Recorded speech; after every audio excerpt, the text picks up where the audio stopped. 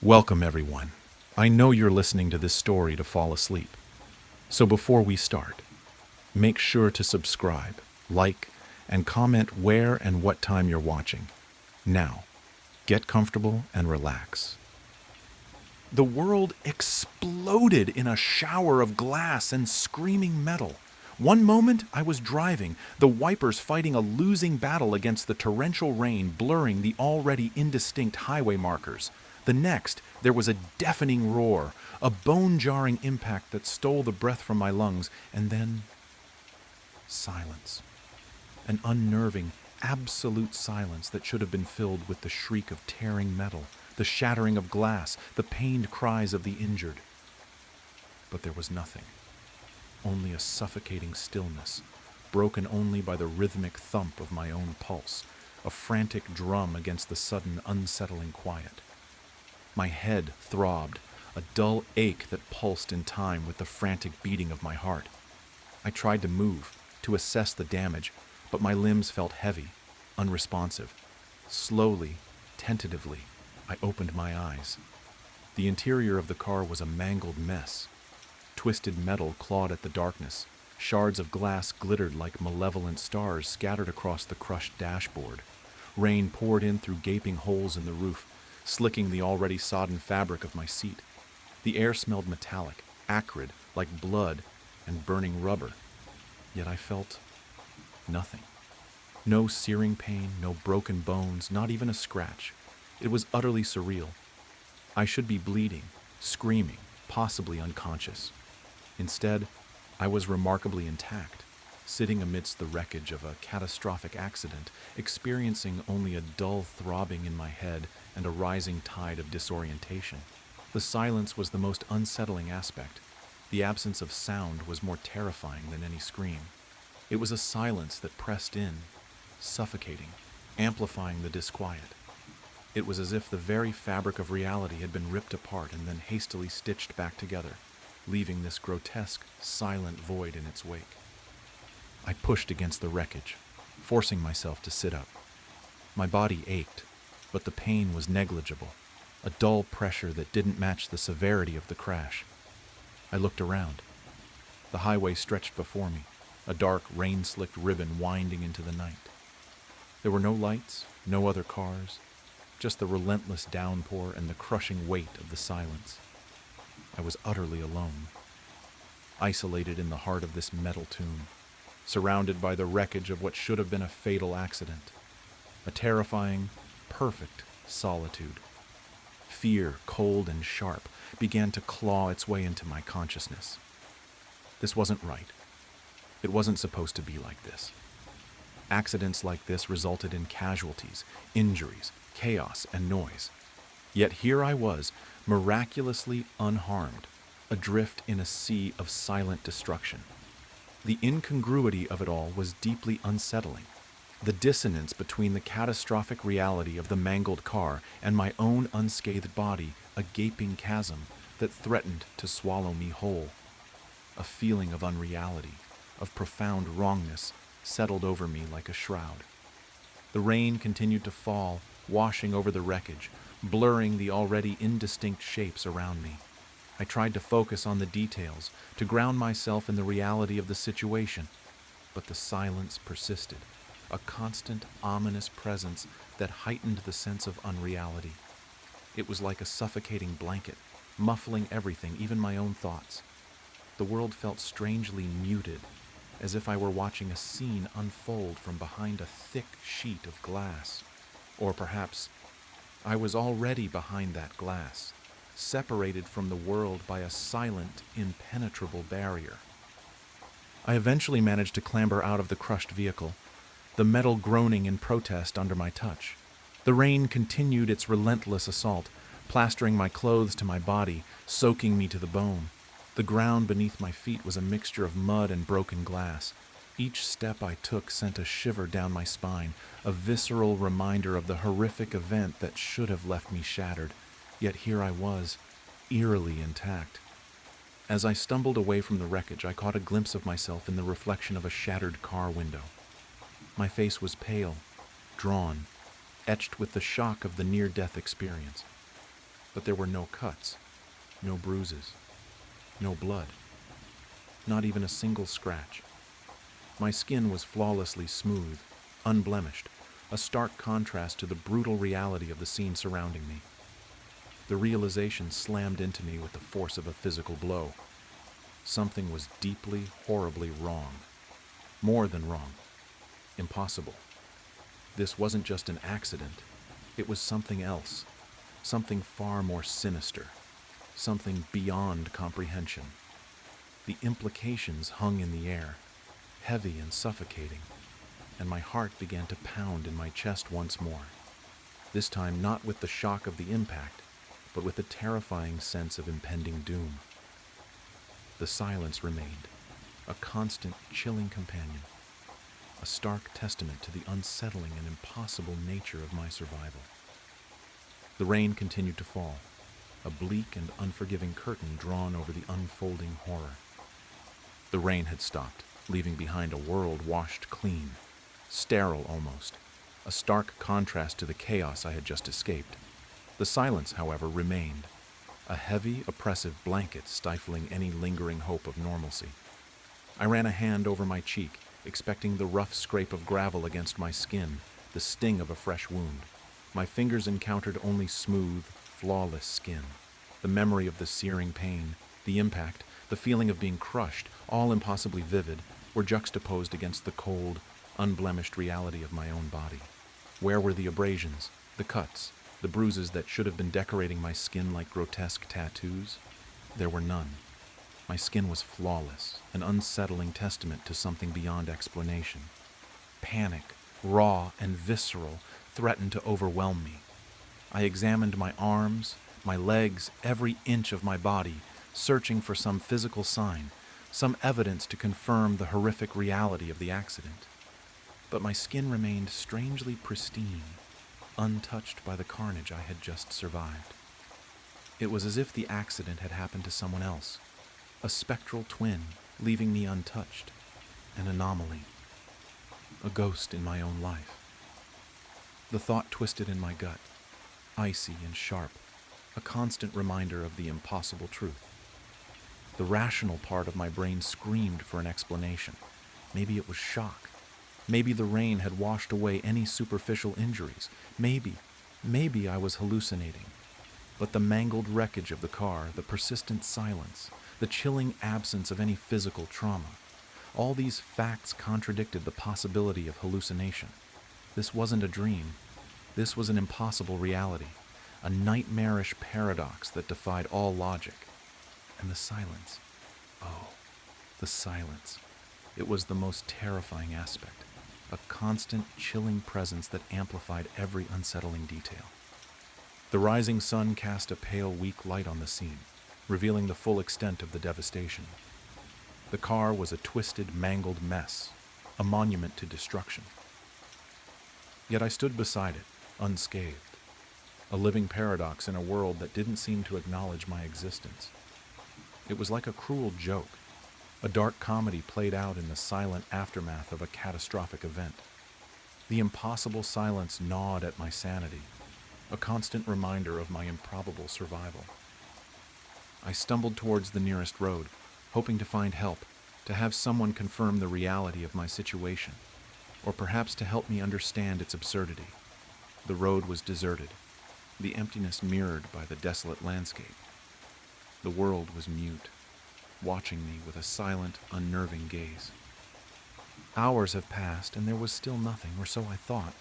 As I walked towards town, I could have sworn that I was seeing someone following me, someone that was just always out of my eyes, even outside of my peripherals.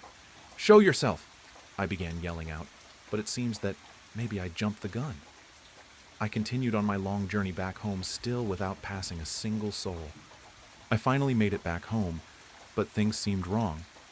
I saw my wife, and she was crying.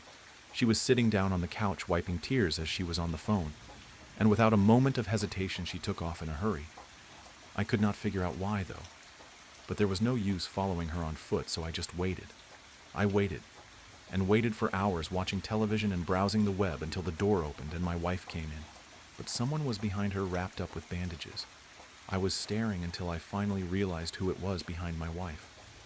I was looking at me. I don't even know how this is possible, but seeing my own face made me feel lightheaded. A wave of nausea hit me so hard I had to grip the wall before my legs gave out. My vision blurred as I steadied myself, but my eyes stayed locked on the scene unfolding before me. My wife guided me, or whatever it was, into our bedroom, gently laying him down. She stayed by his side for a while, smoothing the sheets, brushing the hair from my forehead, whispering things only meant for me. Then she left. That's when he turned his head. For the first time since the accident, he looked directly at me. My breath hitched as I saw my own reflection in his darkening eyes. No, not darkening, blackening, as if ink was bleeding through them, swallowing the whites whole. That sure was a close one, I heard my own voice say, though it didn't feel like mine. This body was almost useless, but I'm glad it survived. Get comfortable, because unless you get as lucky as I did, you're going to be stuck like that for a while. What did he mean by that? What was even happening? My head pounded with questions, but I forced the words out. What happened? I wanted answers, but all I got in return was a laugh. My laugh twisted into something cold and cruel. I saw an opportunity, and I took it. That wasn't an answer. Not really, but something told me I wasn't going to get a better one. My frustration boiled over, my hands clenching into fists, my mind screaming at the impossibility of it all. I slammed my fist into the wall. The drywall cracked. I froze. I could affect my surroundings. Maybe I wasn't some Casper doomed to haunt my own home. Maybe, just maybe, I still had a chance. I followed him for weeks. I watched as he ate my food, used my computer, spent time with my wife. I watched as he walked into my job, smiled at my coworkers, laughed at their jokes. He slipped into my life with sickening ease, and no one, not a single person, questioned it. But something else was happening. At first, it was just flickers at the edge of my vision, little blurs that vanished when I tried to focus on them. Then they became more defined. Shapes, figures, moving in the dark corners of rooms, just out of reach. I thought they were stalking me, but they weren't.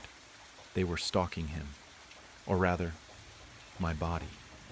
They wanted what I wanted, what he wanted. They wanted inside my skin. They didn't seem aggressive yet. They reminded me of scavengers circling a dying animal, waiting for their moment to strike. But then I looked at my hands. The fingers, the arms. They weren't solid anymore.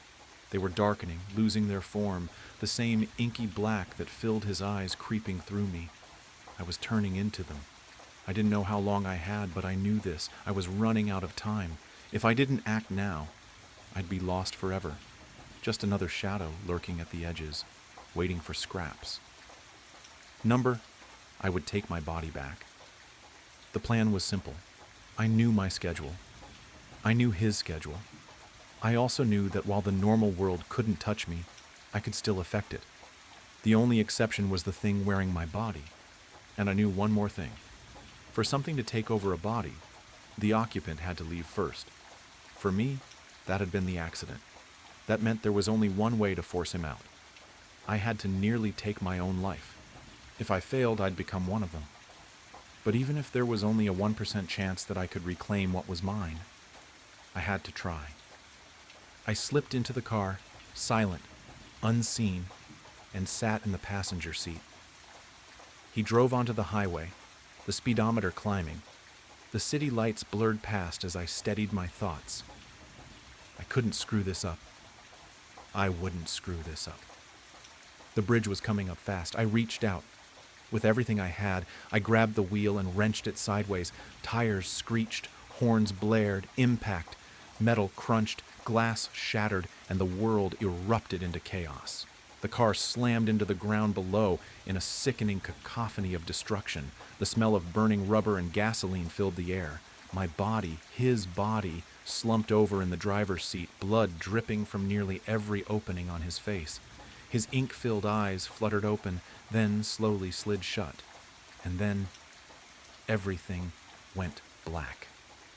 I am writing this because I don't think anyone else has ever gone through this. No one else has returned to tell the tale. I didn't make it. I failed. As I type, the ink creeps higher, swallowing me inch by inch. Soon, I will lose all sense of self. I will become one of the others. A shadow, a scavenger, a nothing. If anyone reads this, please, don't forget me. The Valley. Hi 3 Reddit followers. I am sorry for being gone for so long. You know how life can be. Devastating. I am writing this and posting it because I need answers, and I think it's a way for me to cope. Or at least, that's what my therapist said. Bear with me, I am not much of a storyteller. So, about a month ago, me, my best friend and boyfriend went about an hour southwest of where we live to visit our friend. For the sake of privacy, I will call them Colby, Vincent, and Ashley. Ashley and I grew up together. She is kind, easygoing, and a crazy-ass sense of humor. Colby is my boyfriend of almost 2 years. He is patient, protective, and honestly the best person I know. And Vincent is spunky. He walks around wearing cowboy boots. He is loyal, personable, and adventurous. Vincent and Colby are best friends. So we've all become really close. We play Xbox together, camp, get drunk, etc. Part of the way we bonded so fast and got so close was because we all share a love of the paranormal. Shocking, I know. One weekend, like many others, Colby, Ashley, and I pack up in Colby's car to make the drive down to see Vincent and do our usual activities, getting drunk and ghost hunting. The town Vincent lives in is weird. I don't know how to explain it. It's just weird. Stuck in a different time. Almost everyone there is old, or been there since they were born and will never leave. It was an old mining town, and the people there share stories of their hard times working the mines and how business boomed and crashed within years of each other. But what almost everyone shares stories of is the Valley. A canyon just off the 2-lane road referred to by locals as the freeway is what the people in town call the Valley, a dead-end canyon stretching no more than 15 miles. This is where all the mines were and still are. Now the town is dry and cold, the kind of cold that cuts through your skin and into your bone. The wind never stops. Summer, winter, spring or fall, it's always windy. Especially in the valley, the wind whips off the rock walls and roars through the dead trees. Some nights in town, the wind coming out of the valley sounds like screams. The drive to see Vincent was as boring and ugly as usual. I sleep most the ride while Colby and Ashley bullshit about politics, religion, etc. I drift off to the start of another discussion I don't care enough to be a part of. Just as quickly as I'm asleep, I wake up to the sound of the wind hitting our car so hard I fear we might fly off the road. That's how I know we've made it. We meet Vincent at his house and make up a plan for the night, the spot we want to get dinner at and where we want to ghost hunt. It's a weekend, but in town it's dead. The hum of the neon sign outside the restaurant we come to every time we're in town is the only thing breaking the silence except the damn wind. As we sit down and order our usual dinner, Vincent tells us that he has somewhere he wants to show us. It's just up the valley. It's called the Devil's Playhouse. Just as those words escape his lips, the waitress on her way over with our pitcher drops and shatters the whole thing. She sheepishly apologizes, sweeps it up, but stops halfway. Did I hear you say the Devil's Playhouse? Sorry, it's just, I am new into town and have heard the rumors of that place, did you know? Vincent shoots her a look that's quick to shut her up, and she leaves. I asked him what the stories were about this place. He leans in close to us and whispers, well, as you guys know, the valley, well, actually, the whole town was built for the mines. So when the miners settled here, some weird people came with them. He glances around to make sure nobody is listening and lowers his voice even more. Well, the people would take, like, horses, cows, even the miners' fucking pets, and take them up to their spot and slit their throats and fucked up shit like that. They said they did it for the devil. He clears his throat and leaned back. But that's just an old rumor, who knows what happened, but either way, the place is freaky. Ashley looks around at us in a deep voice and says, that's what I'm going to do to you guys if you don't Venmo me for dinner. I laugh and roll my eyes. We finish dinner, pack up in the car. Fuck, Colby says, feeling around in his pockets. I lost my zins. Can we stop at a gas station, please? Vincent pulls off into a gas station that consists of one pump and a small shop. We go inside and I'm browsing around when I see Ashley bump into a tall, lanky, awkward-looking man, knocking the items in his hand to the floor. "Oh, I'm so sorry," she says. The man turns around with a big smile on his face and says, "No worries, ma'am," and picks up his car keys and a pack of cigarettes up off the floor. I watch as he walks out to the parking lot, gets in his nice brand new truck and drives away. Ashley has moved on to the next aisle when I realize I'm staring. Vincent walks up next to me. "You ready?" I asked him who that man was, and he says, "Lance Cornell. Dude's nice as hell. He lives at the mouth of the valley. Funny enough, he owns the beer. You know the place we had dinner at tonight?" I smile, and we all walk out the gas station and load back up into the car. In the car, Colby's puts a hand on my thigh and rubs his finger against my jeans. Ashley whips her head around from the front and says, "You know what I think I've heard of this place? Yeah, like some kids went missing hiking up here and were never seen from again." She narrows her eyes and looks right at me with a mincing glance. "Hey, stop that. She's lying to you. Nobody's gone missing." Vincent gives me a smile in the rearview mirror. The sun is just starting to go down when we get there. We're swapping scary stories the drive up, but as soon as we cross the threshold, the stories stop and a sense of dread fills the space the stories held. Vincent drives up to a gate with a giant no trespassing sign on it. "Well, this is it. Now we just hike up a bit. Watch for cars too. This is like super illegal." Me and Ashley share a glance and she smiles with her reassuring kind smile and we start walking. Halfway up, Colby takes my hand and winks at me. He says, "How you feeling? Scared?" "Don't be. I won't let anything happen to you. Plus, all this stuff is total bullshit, babe." He smiles and jogs up a little to catch up with the others. I stay behind. I am winded, cold, and uneasy. I hear a snap of a twig behind me and whip around. Holy fuck, what was that? My friends turn around and watch as a bunny crosses the trail behind me. "False alarm, sorry guys." Vincent rolls his eyes and laughs. After a short 20-minute walk, the sun is completely set in the valley, and we turn on our flashlights to see the beast of a building standing in front of us. An abandoned mining building. Must have been storage or something, because the ones we drove past on the way in don't even hold a candle to this. The wind going through the windows makes it look like the building itself is shriving in the cold air of the wind. "Wow," Ashley says with a grin. "Well, come on in, mi casa es su casa," says Vincent as he stands in the doorway. All the windows and doors are gone. There is a hole in the floor that looks like it leads somewhere, but however people were getting down there has been gone for quite some time. "Dude, imagine there is just someone living down there," Ashley says, and nudges me with a smile. What the fuck? What an odd thing to say. Ashley and Colby are taking pictures on her digital camera she carries with her everywhere. The odd thing is the place has no graffiti. It's actually clean. No glass or anything, I say out loud. "Yeah. Well, nobody ever comes up here because, well, the cops are bored in a town like this," Vincent said like he was reading my mind. "All right, fuckers, I say we split up," Colby says. "All right, gang, let's look for clues," Ashley copies in a teasing voice. My heart starts to race. The building is only one floor if you exclude the hole in the ground. Just stay on the main floor and keep your light on just in case. Vincent tells us we all nod and walk our separate ways. I begin to walk around the corner of the general area we're in. I am looking around, still amazed at the cleanliness of this place. No dust, no leaves, nothing. It's wild. I turn around to see Colby right there. "Ah!" he screams. I shove him away and smack his chest. "Idiot!" He leans in and tries to kiss me, and as I lean into him, I hear aloud, "What the hell?"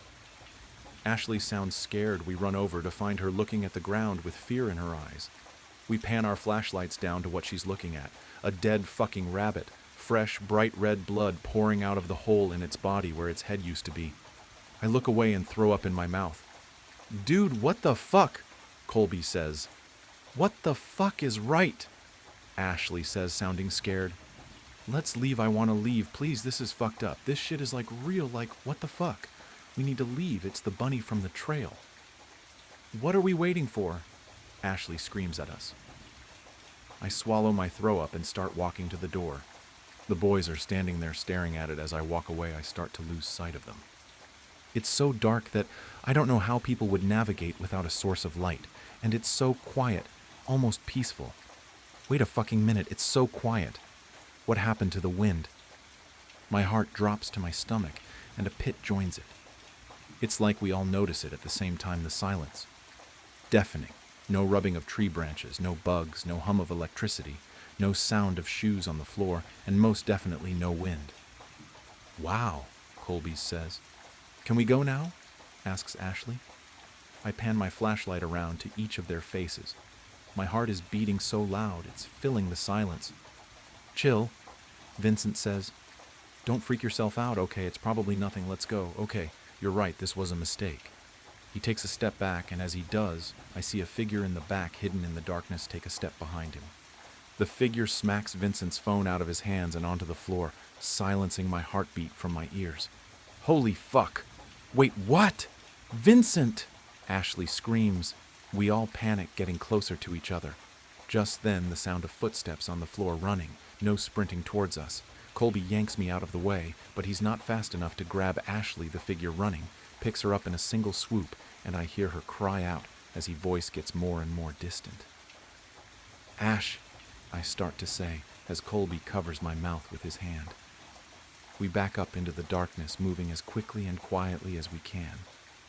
Suddenly, the floor underneath my feet is gone, and we fall right into the hole in the floor. Slamming my head against the cold, damp cement floor, I knock myself unconscious. I wake up to the sound of sobs and screams. It's not dark anymore.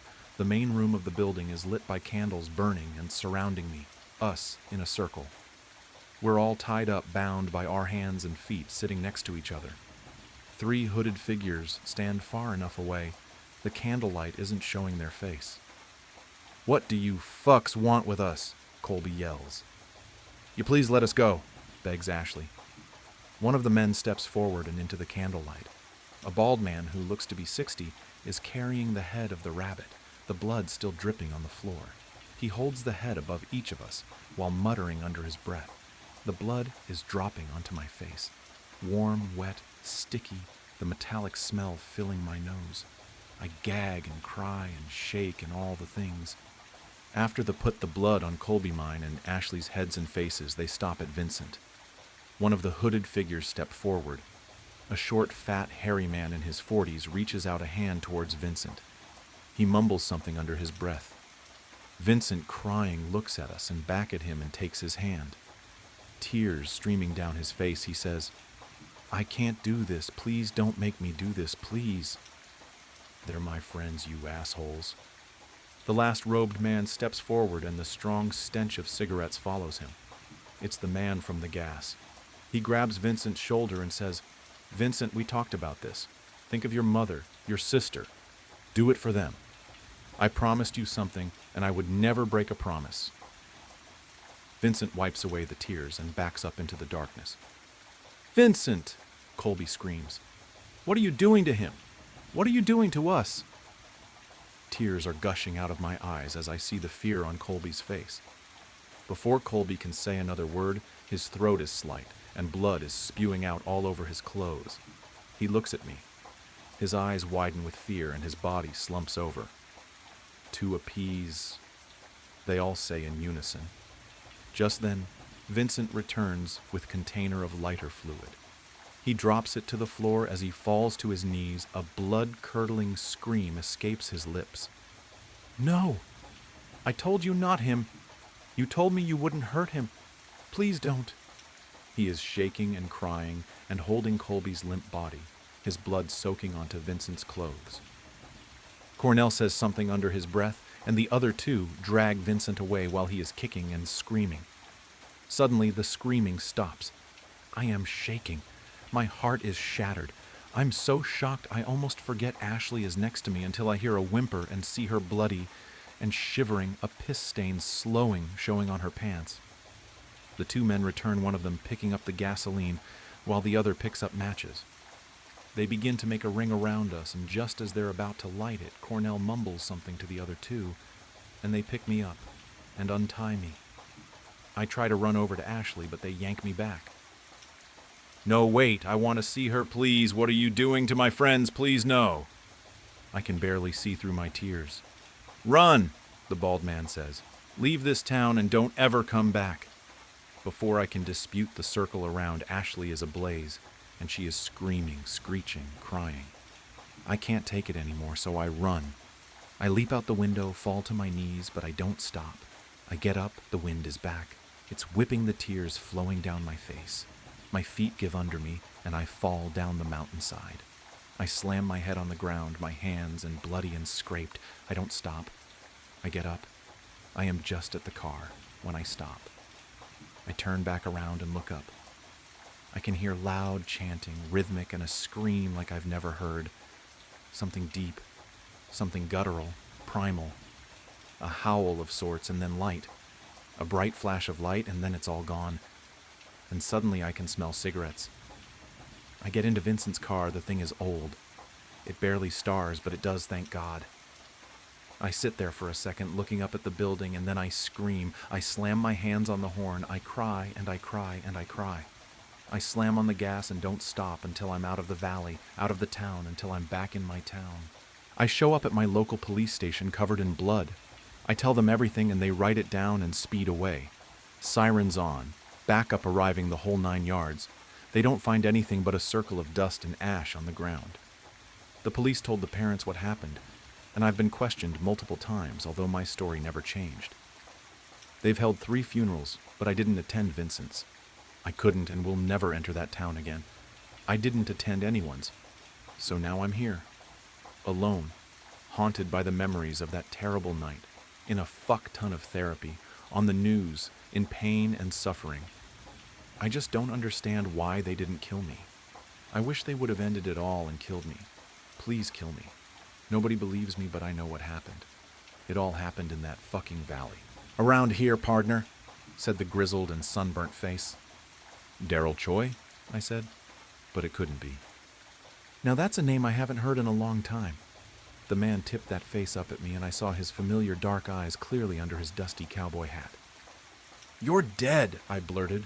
The cowboy stood and drained his sarsaparilla.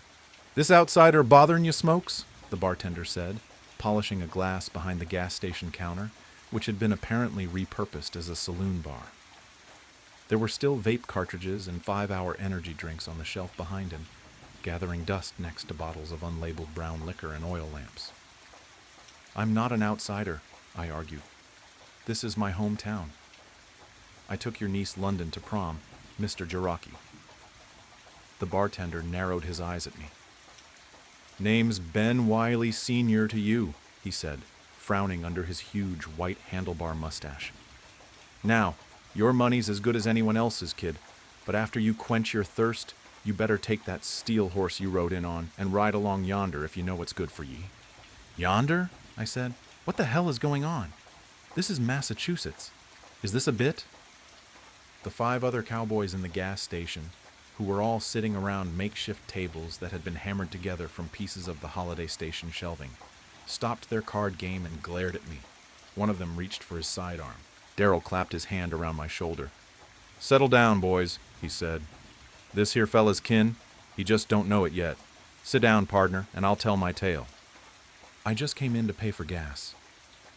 The thingy wasn't working outside, I said. I'm actually late to my mom's memorial service right now. Oh, don't worry about that, son. It's my mom's. Sit down. I sat down. The plastic chair squeaked. Mr. Jaraki brought me a stein of sarsaparilla. Folks around here, you see. We ain't afraid of death no more, Daryl said. He lit his pipe. Red embers lit his dark eyes. I met death. He's a 10-cent man. Daryl stared through the holiday station windows past the gas pump and toward the horizon of Peabridge, Massachusetts. In 2016, Daryl Choi had been crushed to death by a semi on his way home from UMass Amherst. He was the first friend I ever lost. His death had hit me hard. We weren't as close as I was with some of my other friends, but we'd cut class a couple of times to vape by the creek and trade Yu-Gi-Oh cards. I didn't think he could grow facial hair, but he had a lot of it now. You ever heard of Pet Sematary? Daryl asked. Yeah, I saw the movie, I said, and the remake. Well, turns out we got one of those. I stared incredulously. If I hadn't been at Daryl Choi's funeral, I wouldn't have believed him. Okay, I said. Basically, it works just like an old Steve King's account. You die, they put you in there, you come back wrong. First time they tried it with a person, it was Christina Elspeth, the old schoolmarm. Oh no, Mrs. Elspeth died? It don't matter now, Daryl grunted. Listen, they put the schoolmarm in the cemetery, and the next day she was crawling back all full of murderous rage and such, same as the dogs and cats and fish, but worse, spouting all kinds of vileness. So her husband shot her in the head. Mr. Elspeth? Not before she cut him real good across the belly, though. The old fella bled out right quick in his flower garden. So they buried both of them in the cemetery what's-it-again, on account of the headstone already being paid for. Mr. Elspeth was my youth pastor. He always snuck us leftover communion bread, and we'd eat it with marshmallow fluff. I didn't even know he had a gun. So another day passed, and, well, the two of them sprung back out of that dirt mound. Mr. Elspeth had come back wrong, just like his missus before him, all evil and such. But Mrs. Elspeth came back even wronger. Turns out there's a step down below evil. I'm talking downright. Well, sort of like those red fellers we used to play at killin' as youngsters in that moving picture game. I don't know what the hell you're talking about, Daryl, I said.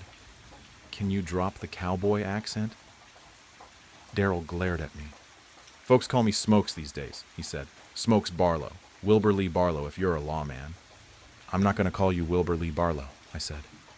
Nah, you'll call me Smokes like everyone else, he replied smoothly. Resident Evil, I said. Huh? The red zombies from Resident Evil. Is that what you were talking about earlier? Smokes shrugged. Anyhow, the two of them went on a killin' spree round here, and I guess word got out about the cursed boneyard.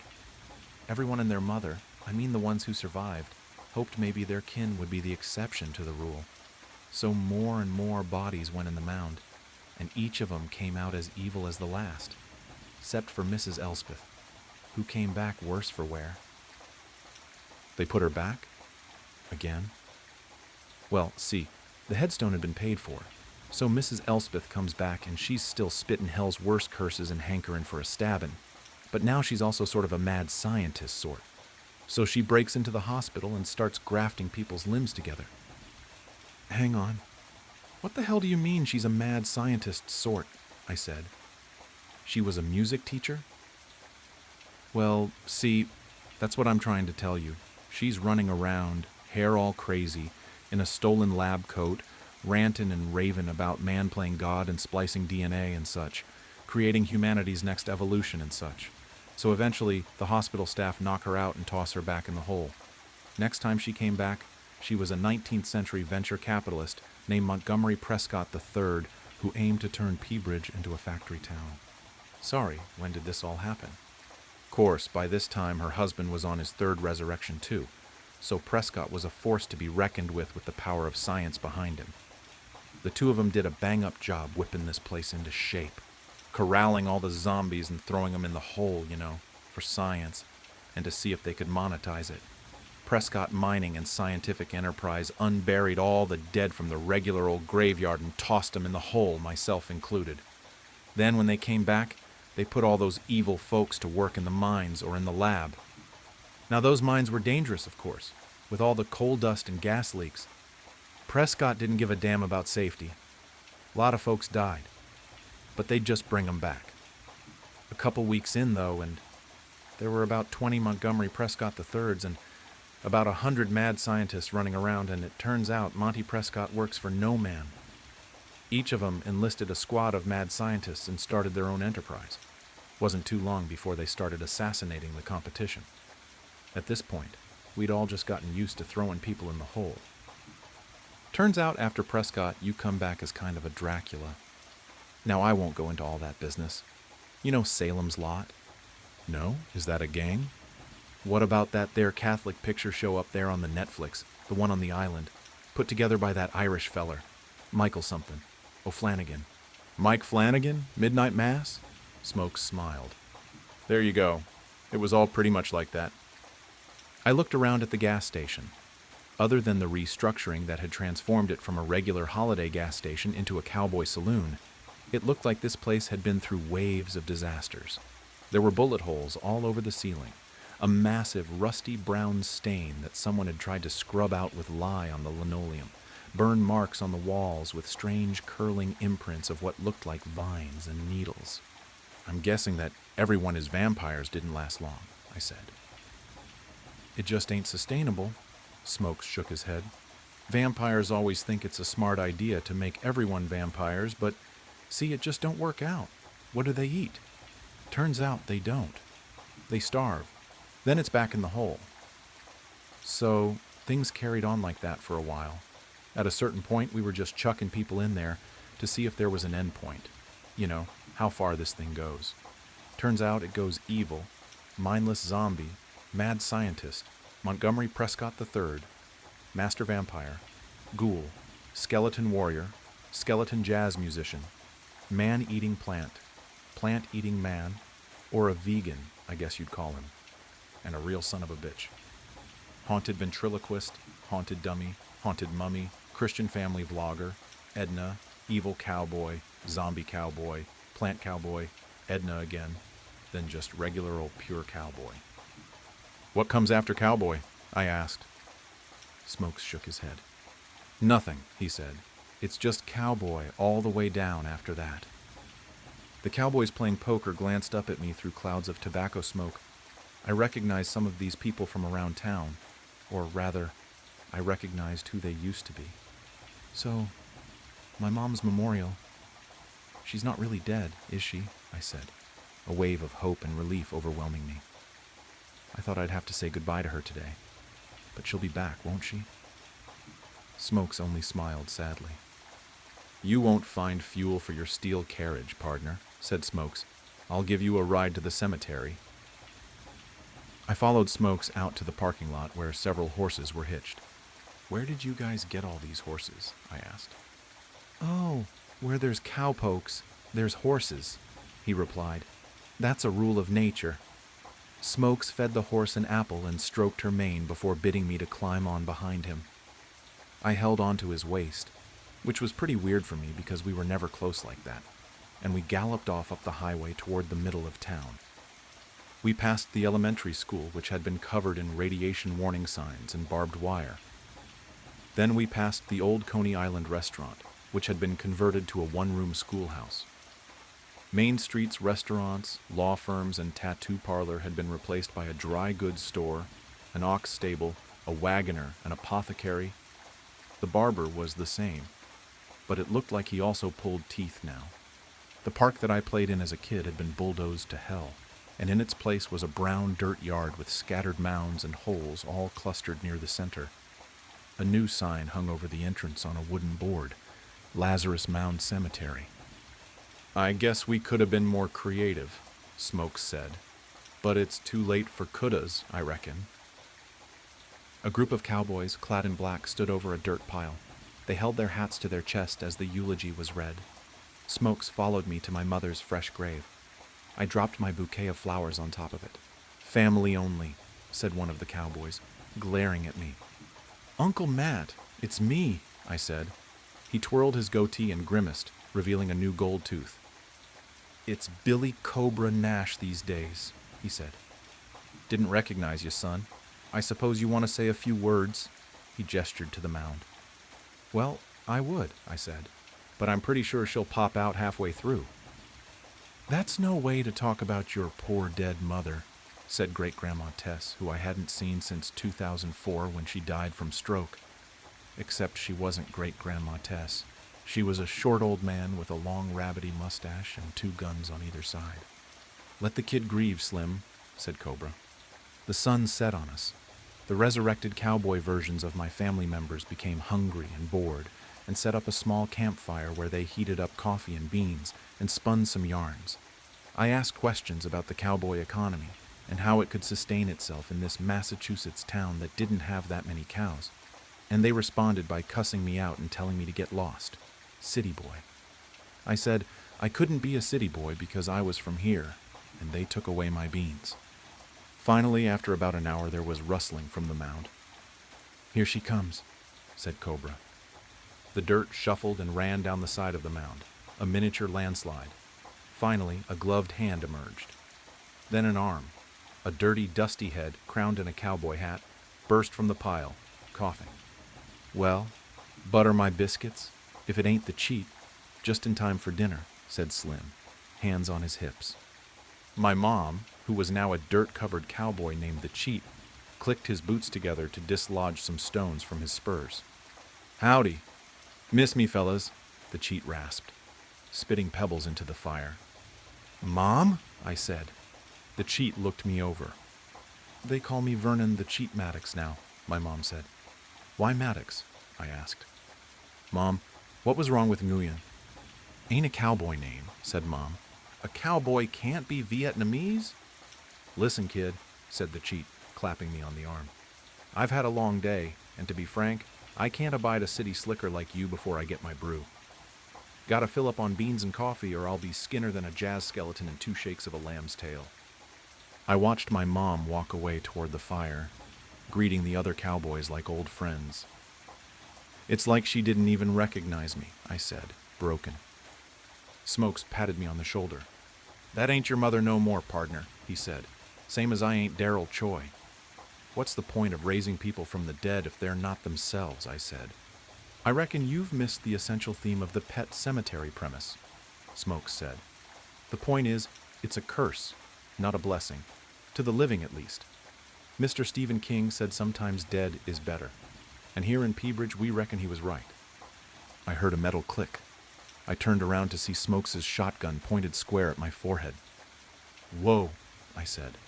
The cowboys at the fire turned to watch with dim interest, including my own mother. "Daryl, hey, put that away." "Dead is better, but you know what's best? Cowboy," he said. "Cowboy is the best there is." "Best there is," said the cowpokes around the fire in eerie unison. Wait. There was a bang. My vision filled with red, and then there was nothing. I saw and felt and heard nothing as Smokes watched my limp body fall backwards into the hole. He kicked dirt over me casually. He holstered his weapon. He sat down around the fire next to the others. "How many bullets you got, Smokes?" asked the Cheat through a mouthful of beans. "Not enough to get him all the way through," Smokes replied, lighting his pipe. "But enough to get him past Dracula, for sure." "That's the one you gotta watch out for," the Cheat said. "I'll stand vigil with you, partner." "You go home, Maddox. Wash that dust off. Tend to your herd. Be on the lookout for Edna, word is. She's still at large in places," Smokes said. "She'll come around," said Slim. "They always do." The campfire's embers rose up to the cloudy, dark sky. Smokes leaned back and tipped his hat low over his eyes. "This town's got room for plenty more cowboys," he said. Around the fire, a dozen pairs of black, gleaming eyes turned toward the Lazarus mound, waiting. "You don't need to know me. All you need to know is, I know something I shouldn't. It's not mine to tell, but I don't think dead girls complain much. I see through her eyes, I feel that same pain. More than a memory, I live in the moments, every second of every day. I have never been religious, but I pray to whatever will listen. I will tell her story. I know I have to. I don't know why, but someone has to hear her story. Just promise you won't leave me. We'll stay together, all right?" "Yeah, whatever. I promise," she said as she slid her uniform off.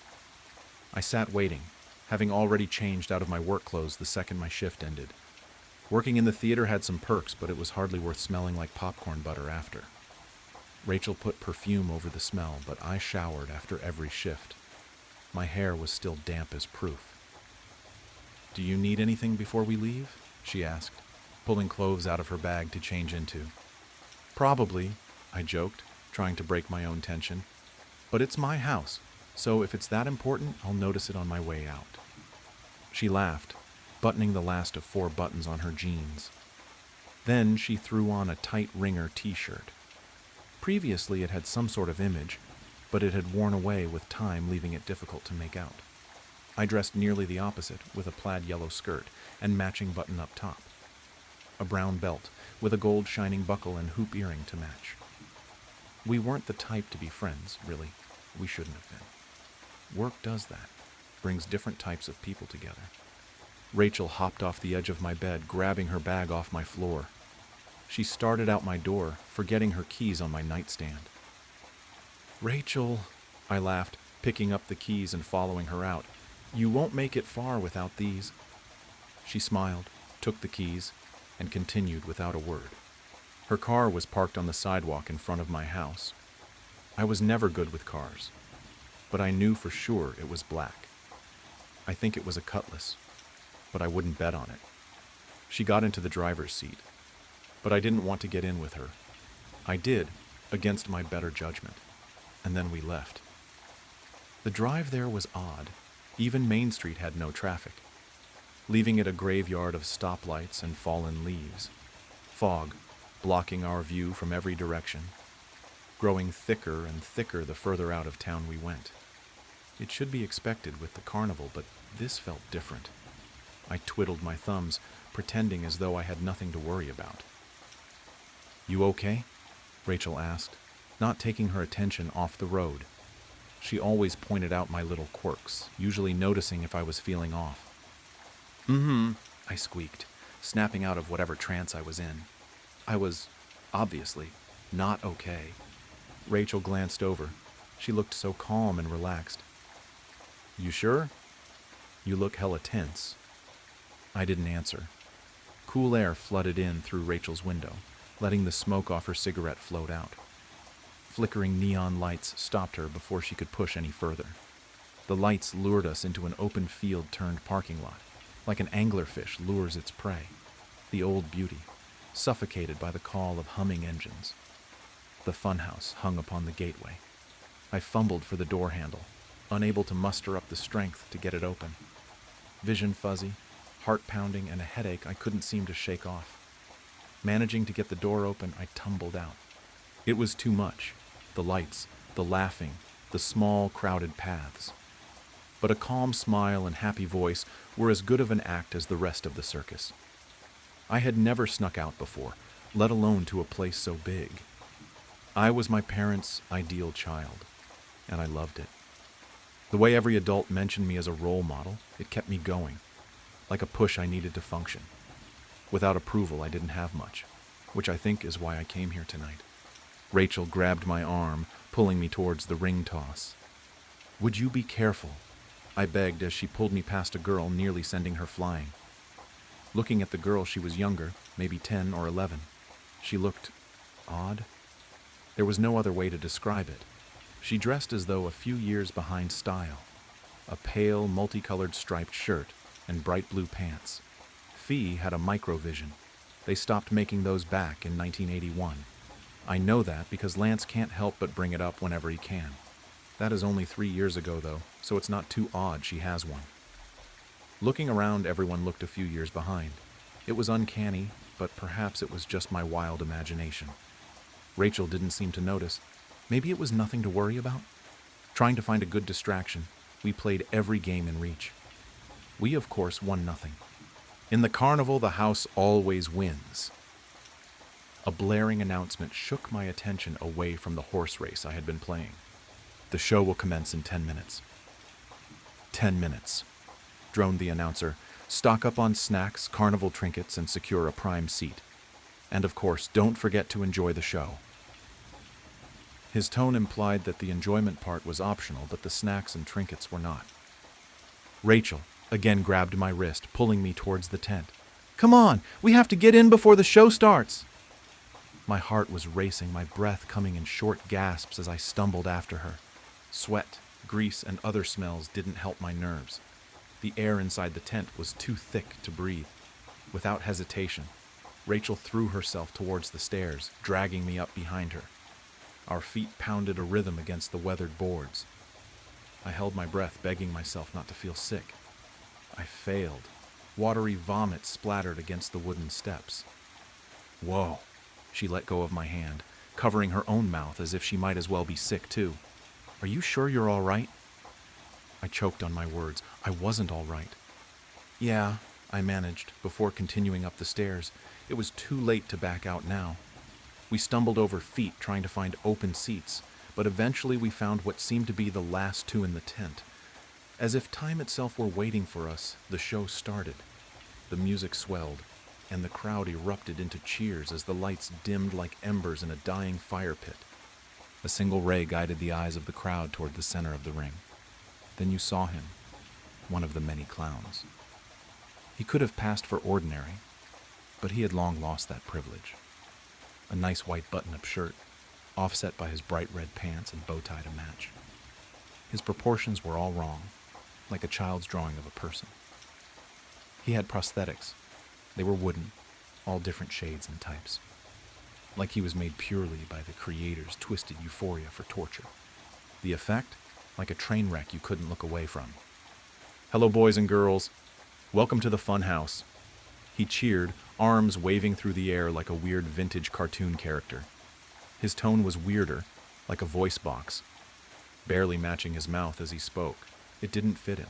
It was pitchy, too high, as if he'd sucked all the helium from a balloon. Here is where your dreams come true. Just wait. You'll see wonders of the world, mysteries never to be answered, and the most incredible tricks performed by our amazing actors. Now give a round of applause for the dancers. He stepped back and the stage darkened, as if he were the light keeping it lit. As if they had been there the whole time, they began their dance, like shining dots in the dark, all emitting a light of their own. Their motions pulled the audience into awe. Dark blue leotards tightly clung to their bodies, black ruffles dancing beneath their skirts, defying gravity, every leap just moments too long. Their ruffled skirts gave the effect of a black swan leaping from water, beautiful dark red ribbons in hand, the shade of long oxidized blood. They spun through hoops so quickly they sparked. Contrast to the world of the carnival, they were angels. After they finished their dance, they seemed to vanish. The ring, now lit up, showed 4 large trapeze ropes and 2 poles on opposite sides, stalking the stage for the next who dared to take its place. The additional lighting showed how large the tent really was. It hadn't appeared this big on the outside, only a few hundred feet. Looking at it now, it had to be at least 1,000 feet around, maybe more. A young woman and man climbed up on opposite platforms. Their eyes locked. They had similar attire to the dancers, but no skirts or ribbons to match. They looked similar, both slim brunette-haired. What I can only guess were siblings. They stood still for a moment, as if waiting for some sort of introduction. Without one, she stepped backwards to get a running start and dove. Her hands slammed against the bar, gripping tight as she swung towards her male counterpart. Time seemed to slow. She looked so focused, so certain. She trusted her every move, and her partner just as much. As she neared him, the lights cut, drenching the world in dim, red darkness. Silence. It's frightening. The world isn't meant to be quiet. Silence is predator stalking prey. It's calm before the storm. Silence is pain in the making. A scream. The kind you hear in nightmares. One that speaks a million words, hopes, and dreams, crushing them all in a second. Without words, you could still hear her plea. Screaming is the one language everyone speaks.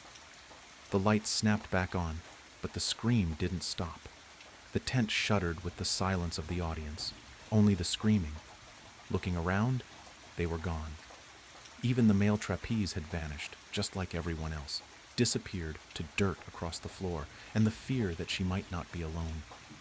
Looking ahead, she saw her, crushed by the pressure of her fall, the last moments of terror still frozen in her eyes, limbs twisted in each direction, like a gory broken compass guiding me nowhere.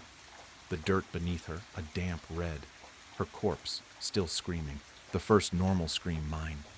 Frozen in place, everything seemed to unfold before me like a movie, and for a moment I prayed I was a part of the narrative. My knees gave way, sending me to the floor, barely leaving me conscious through the fear-induced nausea. It was too sudden, too real. The woman's screaming continued, beyond what her crushed torso should have allowed. Blood gurgled up her throat, slowly muffling her agony. Leaning my shaking body against a chair, I looked towards where the door was. It had vanished, with no trace left behind, as if it had never been there at all. I looked around and saw what I should have known far before. There was no way out. Running down the stairs, I slipped and was reminded of my fear-induced vomit, now covering my yellow skirt. Nearing the bottom of the steps, I stopped. A sound echoed throughout the air, stopping me in my tracks, skittering on the roof. Then I saw it. It tore through the roof of the tent with ease, but no light came in.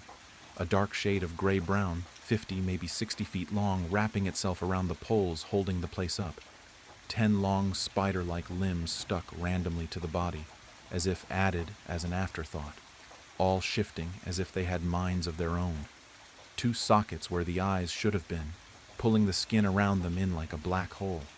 Its smile, grotesque and mangled, the ends wrapped around edges of its head, showing horribly large, sharpened human teeth. Moving faster than my eyes could catch up with, it darted toward me. I dropped back to the floor. Sliding down the stairs, I scratched any available surface of skin. It slammed into the steps above me and crawled down right past me. It couldn't see. I crawled along the seat bottoms, shaking every second I wasn't pressed to the floor. It may not have been able to see me, but it could hear my every breath. After more than an hour of crawling, hiding, holding my breath, and repeating that vicious cycle, I reached a curtain. Barely open enough for me to fit through silently, I crawled in. Too frightened to breathe. For the fear it might hear me, I ran further inside. Hardly seeing where I was going, I ran in and out of every curtain and opening, praying for an escape. Each direction I tried left me more and more hopeless. After many failed attempts at tearing through the tent and looking behind every crate and rack I could find, I crumbled to the floor. Tears streamed down my cheeks. I hadn't taken the time to realize what really was destined to happen. I was not going to escape. I was stuck here, to rot away or die to that horrible monster outside this curtain. I had so much left to do. I wasn't ready to die. The thoughts hurt, and I pressed my nails into my palm. No one had a way with life like she did, floating through the world as if harm never glanced her way. Now harm did more than glance. It was pricking at her skin, drawing closer and closer. I heard it scurry across the ground outside. It hadn't forgotten I was there. I pressed my nails deeper into my skin, drawing blood. It wasn't good, but it took the pain in my head away, helping me focus my brain on something other than fear I couldn't control. Through my blurred vision, I saw a slightly open crate I was too panicked to notice before. Wiping my eyes, I walked over. Sliding the lid off, I looked inside. Human-sized doll parts, some wooden, others porcelain, like those on the clown from the start of the show. I picked one up to look at, just to see what they were. It was hollow. I slid the arm over my own, putting each finger into the correct slot. A perfect fit. The porcelain was cold on my skin, but the freckles dotted on it seemed to match my own. Each finger was built to bend, carefully crafted as if put together by hand. Moving my arm was comfortable, as if it was made for me. Putting it back, I stepped quietly back towards my spot on the floor. Then I felt it. Something moved from out in the ring.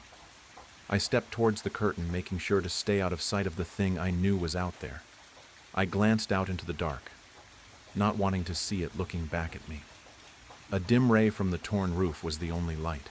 In that light were scattered chairs, one of the trapeze poles, now broken, and the door. The same as how it had been before, as if it had never left. Without thought, I ran. My shoes pounded the dirt, echoes following me like bees to flowers. I was so close, close to safety, freedom, to the life I feared I'd lose tonight. Hope struck my heart. What strikes harder than hope? Something sharp. Just seconds away from the door, my stomach dropped. I was jerked back, my limbs crunched together by the grip of that thing. Mustering my last bit of strength, I got one look at it. Him. One. He looked human, more than he had before, almost as if turning more human as he watched me suffer. Then, my soon-to-be lifeless body was gouged into a broken trapeze pole. Slow, steady, dripping. Blood. My breathing labored through my punctured lungs. It hurt, not like you'd imagine. Like swallowing chlorine at the pool, the choking, nausea, all the same. But it wasn't as quick. It lingered, like vinegar on my tongue. "Goodbye, Marilyn," a voice walking towards me. Rachel, my coworker, classmate, someone I considered my friend. Rachel stared at my dying body, and I realized she had no choice. She was a puppet, doing as she was told. I saw it, the way she bowed her head. She didn't really want this, but I couldn't form the words to convince her otherwise. Marilyn's breathing slowed. Maybe she had been hallucinating, maybe not. But in her last moments, I swear I saw her killer become man. Then her breath grew slower and slower, until it stopped. "Good," the man said, as he lifted her corpse off of the pole. Her limbs drooped as blood coated her skin. "You will remain here until we find him. Do I make myself clear, Rachel?" Her head nodded in compliance, her voice hardly above a whisper. "Of course, Father. My work has been done." He had good plans for her body, stitching her wounds, removing limbs to make place for those same antique toy parts she had seen before, predicting her own demise, her eyes sewn open, dark blue buttons in their place. Marilyn, a name of the past, a life left behind, a new name, but the same old girl. Madame Louiselle, the marionette doll. I don't know who she is, and I don't know why I know her story, but whoever she may be, God have mercy on Marilyn Jury. Growing up, I attended what I thought was a charismatic church that, in hindsight, I realize was an apocalyptic cult. They had a lot of strange rituals and customs, but none more important than speaking in tongues. The church believed that if one prayed and begged hard enough, and if they were worthy, they would be able to speak in the language of heaven, and by doing so, it would be a sign of a divine presence residing inside of you, and that once you had this gift, you would be raptured and spared from the coming apocalypse on earth and the eternal torment of the afterlife. If you hadn't yet spoken in tongues, you wouldn't go to heaven when the rapture, the moment when the saved ascended to heaven, occurred. You'd be left on earth to experience the apocalypse, and when you died, you'd burn in hell for eternity. That's a lot for a kid to process. The way to get this gift of the Spirit was to go up to the front of the church during the altar call, which happened toward the end of every service, right after the collection plate was passed. The congregation, traumatized by the pastor's frequent and vivid descriptions of the eternal torment awaiting the unsaved, would gather around the altar, praying for the gift of tongues for themselves or members of the church who hadn't yet received it. Those who didn't have it were instructed to pray, praise God, and beg for the gift. We'd do this regularly, desperately, and the altar calls could last for hours. Imagine it. Children and adults all crowded around the red-carpeted steps of the altar, screaming, spraying saliva, sobbing, praying, sweating, and placing their hands on each other, all pleading for this gift, genuinely expecting the rapture to happen at any moment. Honestly, I spent most of my childhood and early teens trying to receive this elusive gift. I spent countless hours at the altar, begging and pleading with God to grant me the one thing that would save me from hell. Night after night, surrounded by screaming adults, I begged God until my voice was raw. To add insult to injury, it seemed like at every altar call, someone around me received the gift. To my left or to my right, someone would begin babbling incoherently, collapse to the ground, and then be helped up to their feet by a celebrating congregation. But despite all my efforts and sincerity, each night it was denied to me. Eventually, the crowd around the altar would disperse. Late at night, often around midnight, the service would finally end, and we'd go home. I'd spend the drive back staring out the car window at the night sky, my clothes damp with sweat, and my throat sore from pleading with a God who refused to answer. Growing up, the fear of hell, the apocalypse, and eternal damnation was a real force in my life. I can remember times when my mom came home late from work, and I was convinced she'd been raptured, leaving me behind. I'd hide in my closet, clutching some sort of improvised weapon, a broom, a steak knife, etc., certain that the damned would soon kick in the front door. For what purpose? Maybe to eat me or sacrifice me to Satan. I wasn't sure what the damned did, but I knew it couldn't be good. All this made for an interesting, high anxiety, and, at times, sleep-deprived childhood. When I was around 16, the pastor started preaching that the rapture was particularly imminent. We began having service every night about the coming apocalypse, and the importance of speaking in tongues for the unsaved. The pastor warned that hell would be infinitely worse for people like me who knew the truth but hadn't accepted the gift. This was especially frustrating for me. I was trying so hard. After the collection plate was passed, we had the inevitable altar call, and at each of them I tried harder and harder to speak in tongues. But it still wasn't happening. I started to think maybe I was immune or something. Finally, after an especially long altar call, the pastor took me aside and told me, in a voice filled with compassion, concern, and perhaps a hint of exasperation, that if I just repeated the word hallelujah over and over again, God could use it as a foothold to enter my heart and grant me the gift. At the next altar call, I gave it a try. I knelt at the altar, shouting hallelujah over and over again. I was helped by an older man in the church who often mentored and prayed with the young boys, either one-on-one at his house, which he preferred, or at the altar. He considered this his calling. This oddly overly affectionate man, a self-proclaimed prayer warrior, whispered words of encouragement in my ear as he knelt behind me, rubbing his hands tenderly across my sweating back and shoulders. Hallelujah! I shouted, again and again. My arms waved, my body swayed, and my knees ached. My throat was raw and my voice was fading. The words began to run together, syllables dropping and merging. This only excited the people around me, especially the man behind me. Hallelujah! Hallelujah! I kept shouting faster and faster. Exhausted, the words blurred into nonsense. Around me, the church members screamed and prayed with ecstatic fervor. The pastor, now kneeling in front of me, tangled her fingers in my hair with one hand, grabbed my chin with the other, and brought her fleshy face close to mine, pressing her puckered lips against my ear. "No, say it like this," she whispered, her breath hot, moist, and intrusive. And then she began repeating the word hallelujah, improvising like a jazz musician, creating her own excited babble of syllables to accompany mine. Behind me, the man prayed harder, his breath hot on my neck, his body pressed close to mine. His hands moved roughly over my shoulders and back. He whispered in my ear, urging me to pray harder, harder, to let it inside me. Hallelujah! Hallelujah! I tried to keep shouting, but my voice faltered, my words turning to mush. The crowd erupted in a frenzy of excitement. The word blurred, lost its meaning, became a nonsensical noise. My throat burned, my body trembled. The pastor kept whispering in my ear, but her voice seemed to change. The word she kept repeating was now unrecognizable. The first syllable, a percussive exhalation.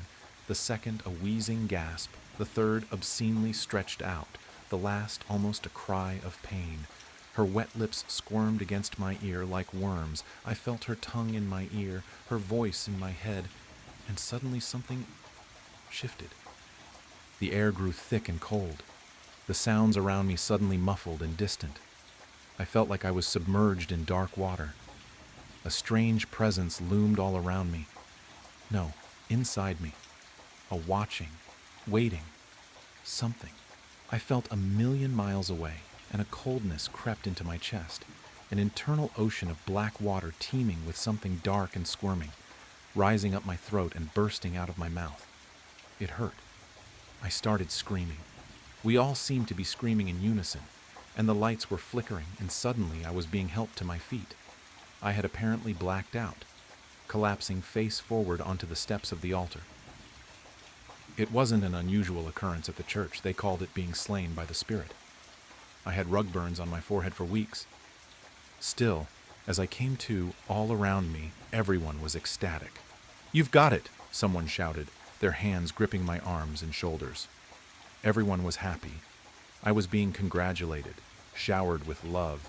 And in the middle of it all, someone, I don't know who, whispered in my ear, "It's inside you now." And I felt a strange chill. I knew I should be happy. I tried to convince myself I was, but I felt different. Hollowed out, violated in a way I couldn't quite grasp or articulate. Later, before the service ended, the pastor asked me to come up to the pulpit to make an announcement. Numb, exhausted, and uncertain, I walked up. As I neared the pulpit, I glanced at the pastor. Our eyes met, and I still remember her expression. Though she smiled, her face seemed smug and sly, as though the two of us were co-conspirators.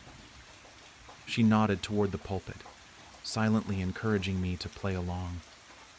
I stepped up and looked out at the congregation, the only friends and community I had ever known. Their upturned faces were expectant, like children waiting for a story.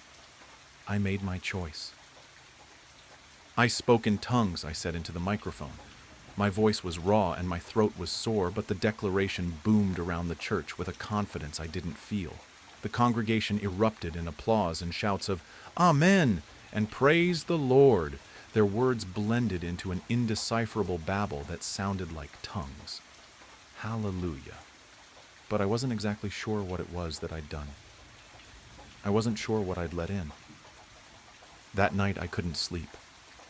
My room felt suffocating, the air thick with something unseen, some new and terrible thing inside of me and around me. I lay awake, replaying the altar scene in my mind. The man's hands, the pastor's smile, the cold presence that had seemingly entered me, the feeling of something inside of me boiling over, the pain, and the beginning of a scream. And then I heard it, a whisper, faint and guttural from my own mouth. But it wasn't me speaking. It wasn't my voice. It wasn't English or the word hallelujah. It was something older, darker, like the sound of something massive choking up something vile, but I could understand it. "Not now," it said, from my own mouth. Not now, but soon. I froze, my body paralyzed as the words seemed to echo in the room and my mind. And then, just as suddenly, the voice, the feeling, was gone. I refused to go back to the church after that. Rejecting the faith of my family at such a young age tore my life apart. But I survived. I grew up. And over the following decades, I found peace, love, and my place in the wider world. Or I thought I had. But last night, as I was washing dishes, I started to gag, cough, and gasp for air. And I felt it again, rising up. The voice that wasn't a voice. The words that weren't words in any human language. They burned and tore at my chest and throat and spilled out into the empty air around me.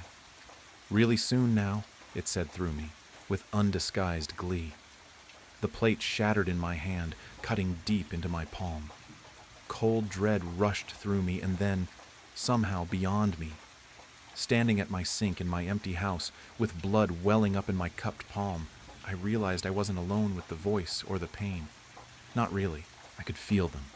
The connection snapped into place, somehow simultaneously stabbing and tearing at me, a pain sharp, dull, and overwhelming, like a clawed finger pushing into the center of my mind, slicing, stretching, and flipping a switch.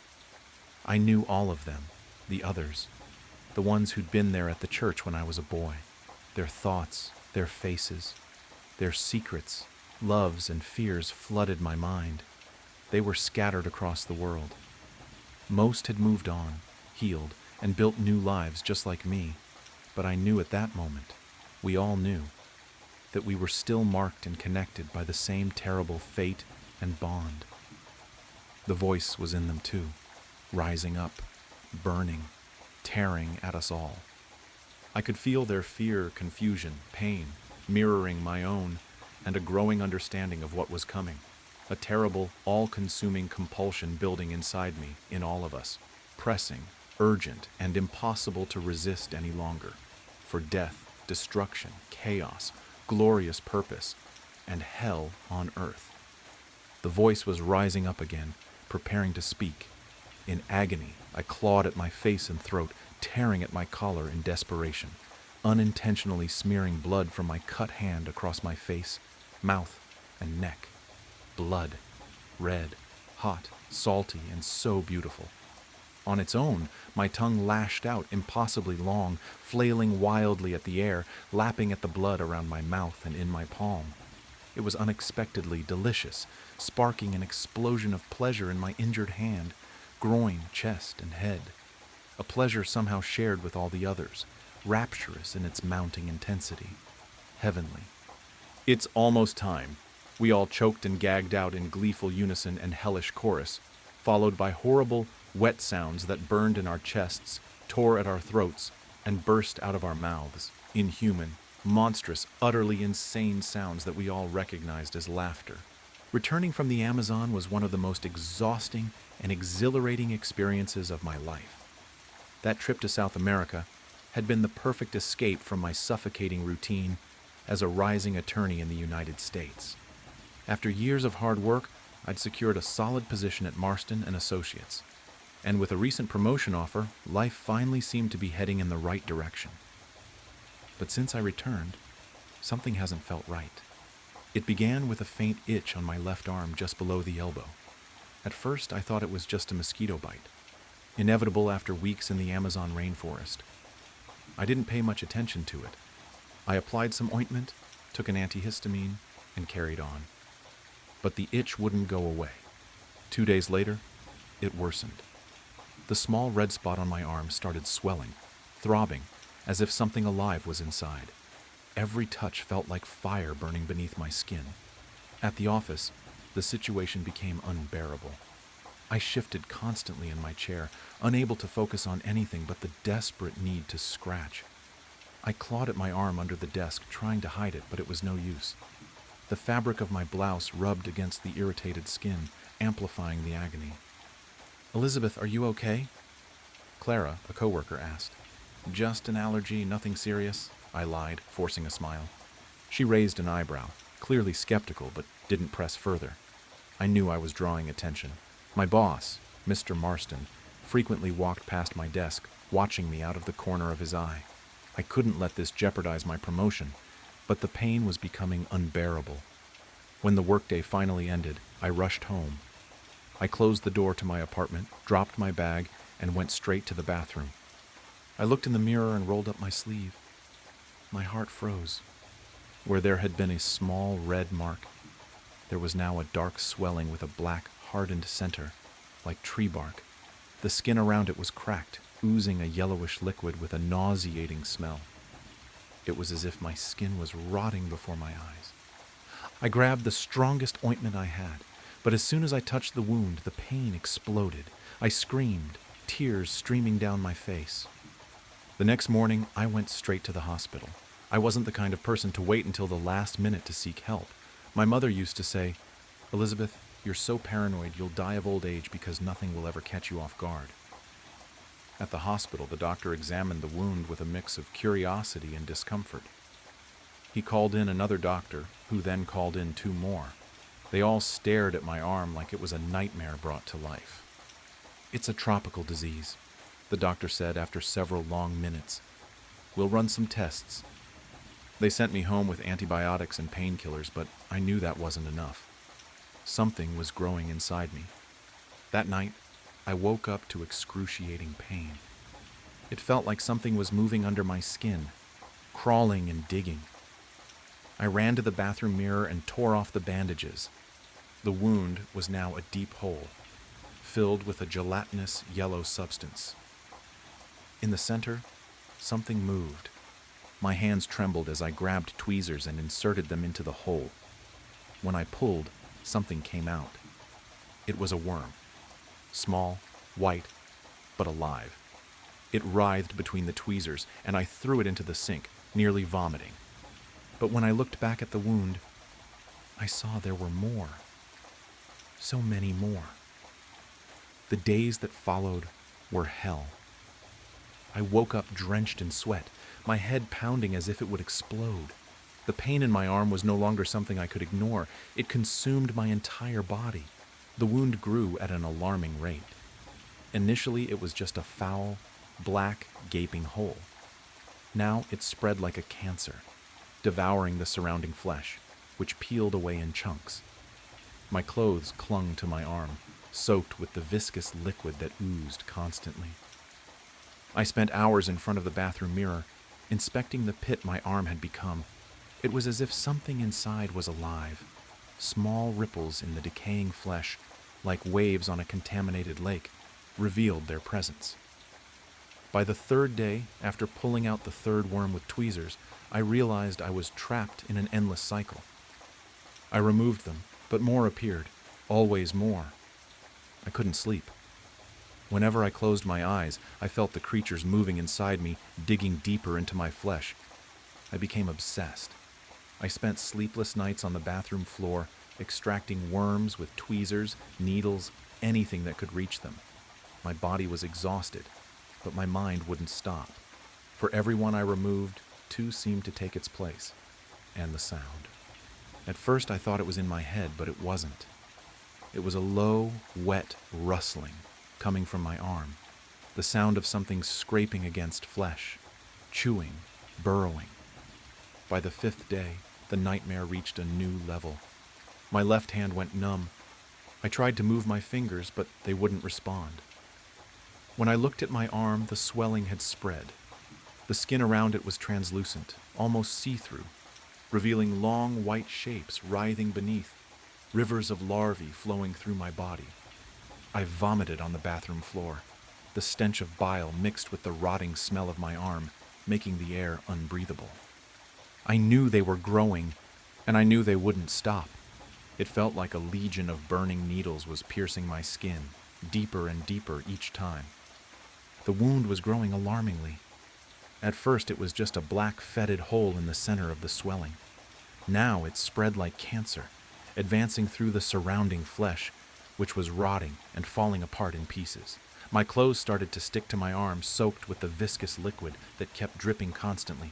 The smell was nauseating, a mix of rotten meat and something chemical, acidic, that seemed to burn my nostrils. I spent hours in front of the bathroom mirror, inspecting that hole that had become my arm. It was as if something inside it was moving. Small ripples in the rotting flesh, like waves on an infected lake, showed that they were there. On the third day, after pulling out the third worm with tweezers, I realized I was caught in an endless cycle. I would remove them, but more would appear, always more. I cried out of frustration and disgust. "Get out of me! Get out!" I screamed, my voice hoarse and desperate, but the worms didn't obey. Each night was worse than the last. I couldn't sleep. Every time I closed my eyes, I could feel the creatures moving inside me.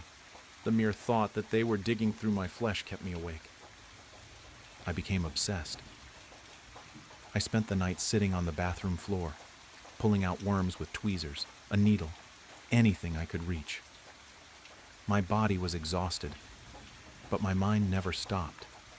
Every time I pulled one out, it seemed like two more appeared. I began to hear sounds. At first, I thought it was just in my head, but it wasn't. It was a low rustling noise, like something wet brushing against flesh, gnawing, burrowing. I knew they were growing. On the fifth day, hell reached a new level. My left hand began to tingle. Then, it went numb. I tried to move my fingers, but they wouldn't respond. When I looked at, I start. My skin was greenish and damp, gleaming with a sickly, oily sheen. I called an Uber to take me to the hospital. When the driver stopped in front of the building, I hesitated for a moment. I tried to cover my arm with a cloth to hide the deplorable state it was in, but the fabric quickly became soaked with the yellowish liquid that leaked incessantly. I got in the car, hoping he wouldn't notice. "Good morning," I tried to say, but my voice came out hoarse, almost inaudible. The driver, a middle-aged man with a friendly expression, smiled through the rearview mirror, but his expression changed as soon as the smell reached him. "Are you okay?" he asked, wrinkling his nose and cracking the window a bit. It's just An infection. I'm going to the hospital. He nodded but kept the windows open throughout the entire ride. I saw him rub his nose several times, and his glance in the rearview mirror was filled with distrust. The smell was getting worse. It was the smell of death. When I finally arrived at the hospital, I staggered through the front door. The people in the waiting room instinctively moved away, some covering their mouths, others wrinkling their faces in disgust. I was taken directly to the emergency room. The doctor who attended to me was the same as before, but his serious expression indicated that he knew the situation had gotten out of control. He could barely hide his own reaction to the smell. "Elizabeth, what happened?" he asked, while putting on gloves and a mask. I don't know. It's getting worse. It's growing." He looked at my arm, now practically unrecognizable. The wound had turned into a grotesque opening filled with necrotic flesh and viscous secretions. The center pulsed as if it had a life of its own, and the edges were covered in small worms crawling in and out, as if they were digging tunnels. It was as if they were digging tunnels. "We need to act immediately. This is no longer just an ordinary infection," he said, calling for other doctors. I was rushed into the operating room. The nurses' faces were a mix of professionalism and horror, as if they were trying not to think about what they were seeing. The room was cold, and the bright lights reflected off the metal surgical instruments. "We'll need to amputate the arm, Elizabeth," the doctor said, holding my healthy hand to try to comfort me. "There's no other option. It's spreading too quickly." I simply nodded. I no longer had the strength to protest. All I wanted was for it to stop. They sedated me partially, but I remained conscious enough to feel the first incision. When the scalpel cut into the flesh around the wound, a collective scream echoed through the room. Larvae were raining down. From the cut, a torrent of white worms exploded like a geyser. They were larger than the ones I had seen before, thicker, almost translucent, with quick and frantic movements. The nurses recoiled, some screaming, others dropping instruments on the floor. "My God," murmured the doctor, while trying to stay calm. The worms fell to the floor and began to spread throughout the room, crawling in all directions.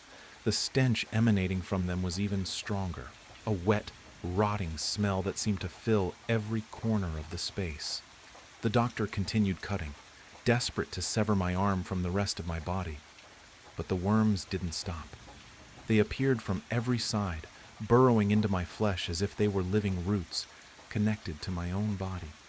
The pain was unbearable, even with the sedatives. I could feel every movement, every bite, every slide of their viscous forms. "We need to finish this now," the doctor shouted, wielding a surgical saw to cut through the bone. But as he began to saw, more worms came out, this time faster, as if trying to escape. One climbed up his glove, crawling to his wrist. "Get this off me," he shouted, as another nurse tried to help him. The operating room was in chaos. The floor was covered in blood, pus, and worms. Surgical instruments were scattered around, and the nurses didn't know where to run. I could feel that this wasn't going to end there. The arm wasn't the only place they were. They had already spread throughout my entire body. "Doctor," I whispered, my voice almost inaudible. "It's no use. They're everywhere." He looked at me, his face pale and filled with horror. For a moment, I thought he was going to pass out. "Elizabeth, I'm so sorry." And then my vision darkened. I looked at my hands, but they were no longer mine. My skin was full of holes, and worms were coming in and out as if I were just a vessel. I looked up from my glass of whiskey to notice the cute blonde girl staring at me from across the bar. I had been eyeing her all night, hoping she would notice me. Unfortunately, her statuesque poise and piercing blue eyes, gazing into the depths of my soul, were not the indicator of interest I so solemnly hoped for. When I say statuesque, I mean she literally resembled a fucking statue, unmoving and unbreathing. In fact, nobody in the bar was moving. Even the bartender was still holding an upturned Jack Daniels bottle aimed towards a shot glass. The liquid contents coming out stayed frozen in time like an icicle just inches from the glass. I wasn't alone, though. and while I stared straight ahead at the bar full of numerous frozen bodies stuck in gestures and poses of their previous cheerful time, I could feel the intense wave of heat radiating from my right.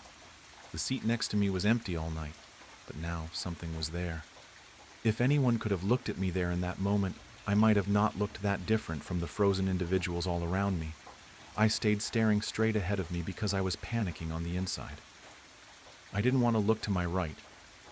I was scared at the thought of what found me on this fateful night and what it would do to me. I thought if I just pretended to stay frozen like everything else, it would just leave me alone. But I was wrong.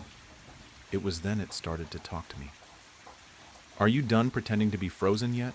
I don't much like drinking alone," the thing next to me said. Every word it spoke blared into my ears like a deep baritone commanding my attention, followed by an aftershock of slithering words crawling into my ears, hissing and repeating the same thing with a sense of annoyance that I wouldn't adhere to its presence. My head started pounding like it was going to burst. The feeling of needles sticking into every area of my skin pierced my sensations and caused tears to stream down my eyes and cry out in pain. And then all the pain just stopped. The voice spoke again, but it sounded less hostile and more appropriate to human ears. It said to look at him, or the pain could come back in ways I couldn't imagine. I wiped the tears from my eyes and did something I had not done since I was a child. I asked God to forgive me for anything I had done, and I turned my head to look at the presence. It wasn't the black jeans or black shoes it was wearing I found off-putting. It also wasn't the red knit long-sleeve thermal shirt it was wearing or the black wool overcoat hanging around it. The skin tone was fair and the hair was short and blonde that decorated its head, none of which was off-putting as well at the first glance. At a second glance it was very off-putting. It looked just like me. It was like I was staring at myself in a mirror almost, except my shirt was white. Then there were the eyes, perhaps the most off-putting thing that scared me to my core. They were just black. No pupils. Just black eyes that pierced me. There are no words to describe what it felt like to stare at those. My mind raced through fear and question as my consciousnesses struggled to understand what was happening. The thing before me sensed this as it sat relaxed in the bar stool with a glass of whiskey it sipped on. As I recollect my memory of the night, I'll just say that the entity spoke for the duration of the night. The corresponding conversation is as follows below. "I can hear your thoughts quite well, so there's no need to speak. I never much liked the sound you animals made as your vocal cords evolved throughout the years. Who am I? I hear this running through your head, but you already know my old friend. Remember when you begged your mom not to leave you alone at night as a child in your bedroom? You'd slowly drift asleep as she gently caressed your hair, and all of a sudden, you'd wake up screaming for her in the middle of the night, realizing she left you all alone with the monster under your bed." It made a deep laugh to itself while licking its lips, before taking another sip of the whiskey and continuing. "If I recall correctly, you'd bury your eyes in the pillow right when you woke up sobbing. You'd yell for Mommy and wait for her to come in and caress your hair again, crying about the monster under your bed that wanted to eat you. And you were right. I was there the whole time listening. In fact, you were too young to realize your mother was a crack addict. She couldn't wake up to your screams even if a gangbang ran right through her, which they did as you cried for her. That was me caressing your hair in the middle of the night, me gently whispering to you to fall asleep. All those dreams of safety you had shortly after in vain, as I sat drinking, in that intoxicating fear that surrounded you as your subconscious took over, licking your face as you slept. Thoughts raced in my mind as tears flooded my eyes, staring at the being in front of me. Its piercing eyes studied me like a science project, but grinning with a sick fetish for the toxins my brain was releasing. It loved it. It fed off it. It took a sip from the whiskey glass and slid it across to me on the bar. "You're saying my name in your head. Well, one of them at least. You want me to say it for you to settle your disbelief, but that would just be so boring, wouldn't it? I like hearing you convince yourself I'm just an apparition of your guilt for decisions you've made. It quite tickles me, actually. If it makes you feel better, you can think of me as an angel. Theoretically, I never stopped being one. although I find the term a bit too conservative for my taste. Challenging the status quo is what made me and 1/3 of the boys upstairs a new home we call hell. Before I tell you why I'm here, yes, I can hear you asking if I can smell that you've pissed yourself. It's okay. You're not the first to do that. Yay, it's a little annoying, but I've seen worse. At this point, the devil before me slid the entire bottle of whiskey down the bar to me and refused to go any further until I downed at least 2 gulps of it, claiming if I didn't calm the burning questions in my head, it would smash the bottle across it instead. It also claimed that it knew of the questionable gay porn which populated my browser, which for the record I will say was not from my doing, but because my computer was hacked at the time. After 2 gulps, the entity continued its conversation. So now that you're a little calmer, as close as it can be, you'll be surprised to know that you're actually quite a celebrity in hell. Actually, myself included, we're all big fans of yours. You are quite the artist and inspiration. I was there when it started, the night your mother overdosed after telling you she was going to get you candy from the store. She actually went to your deadbeat dad's house for a fix. It's too bad he still found the time to have his way with her after she overdosed before calling the cops. But yay, that's not important. You probably knew that already. That night you picked up a paint set lying around your room. You found a dead rat close to it, and knowing the red paint was missing from that set, you made no delay in finding a replacement. It was at that moment I saw the artist in you. You were raw talent, born in sin and negligence, a born bastard out of wedlock. God would have casted you to me anyway. So, you know what I did that night? I told a few of my boys to keep an eye on you and make sure you got into the right foster care. Made sure you were put into a decent family that would give you a good education. You thrived. You went to college, became a doctor, and perfected your talent. Most kids from your upbringing would have just ended their life out of depression, but you channeled those misgivings to create art amongst the world. I'll just tell you, my personal favorite is the work you did on your father. Seeing him crawl with no limbs across the floor for 3 days is something we all still laugh about in hell to this day. Oh, and let's not forget about the medical school student who failed out that you lured to that motel with a plan you had to get her back in. I mean, the things you did to her uterus while she was paralyzed but still conscious definitely makes me see the artistic expression of how you felt about your mother. I almost shed a tear at the beauty thinking about it. You've been getting some doubt in the back of your mind lately as to if you're a monster. I also hear in your thoughts you've regretted this. Well, I am here to tell you that that is rubbish.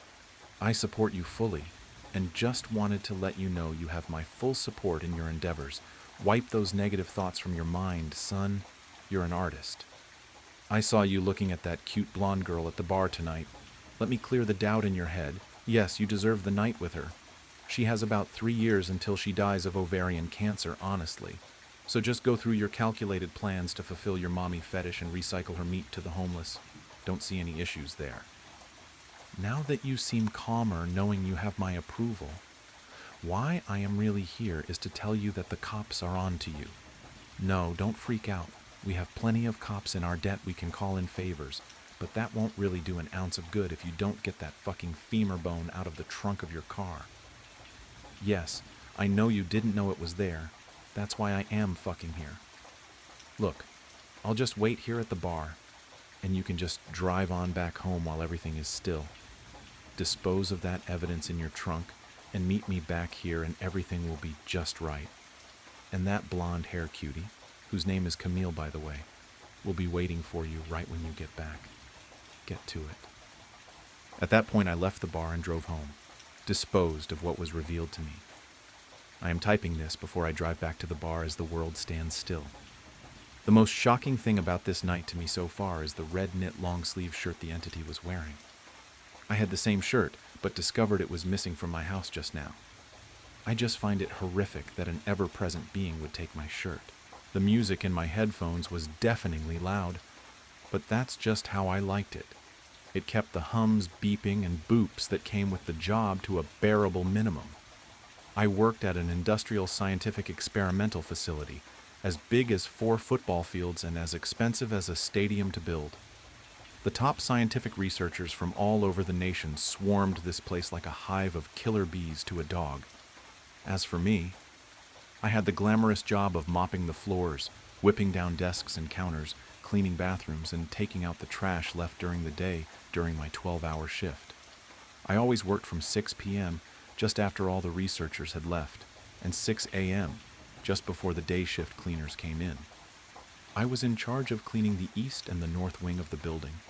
Every computer lined the large corridors of the building in neat rows of 3 going from the start of the corridor all the way to the end of the corridor that was as large as an American football field. This was my job. 7 days a week for 84 hours, all for $20 an hour. The dimly lit corridors and hallways illuminating my path. Imagine a whole complex light by only the center fluorescent bulb being lit to save costs, but also being illuminated by the computer screens from all of the computers in the complex. I was always told the computers needed to stay on because of the multi-day experiments that the researchers conducted and to cut down on the time of the experiments. But today wasn't my normal day. Sure, I was still working 12 hours in the light combination of computer screens and fluorescent bulbs, but this time I was tasked with cleaning the south wing and the room known as Room 01. But I just called it the room, because it was the room that I was told by rumor is where all the top experiments went down. Things the government cared about, like making a superhuman AI to aid in defensive strategies and the United States offensive capabilities, as well as the typical science stuff that the government sponsors, like solving climate change and AI experiments. I remember the first dude who took care of the room. He was an older guy, probably in his 60s, and he quit the job in a spectacular fashion. I was covering the day shift for a sick coworker, and he came running out of the room and ran throughout the complex. I remember hearing him before I ever actually saw him. He was running around screaming, "I've seen the face of God." He talked to me before falling down, panting like a dog. He scanned the room looking for anyone to believe him when he saw me, a fellow janitor. He ran up to me and said, "Don't ever let it out. He is trapped in the 9th layer of hell and wants out." I chuckled and decided to entertain the madman. "Who is he?" I asked. "He is the one who chews on Judas." I still remember that stare he gave me. I'll admit it was chilling. And with that, he was gone. He worked there for about a decade. As I remember being told, if I were him, I wouldn't want to work here either if I worked for a decade at this place.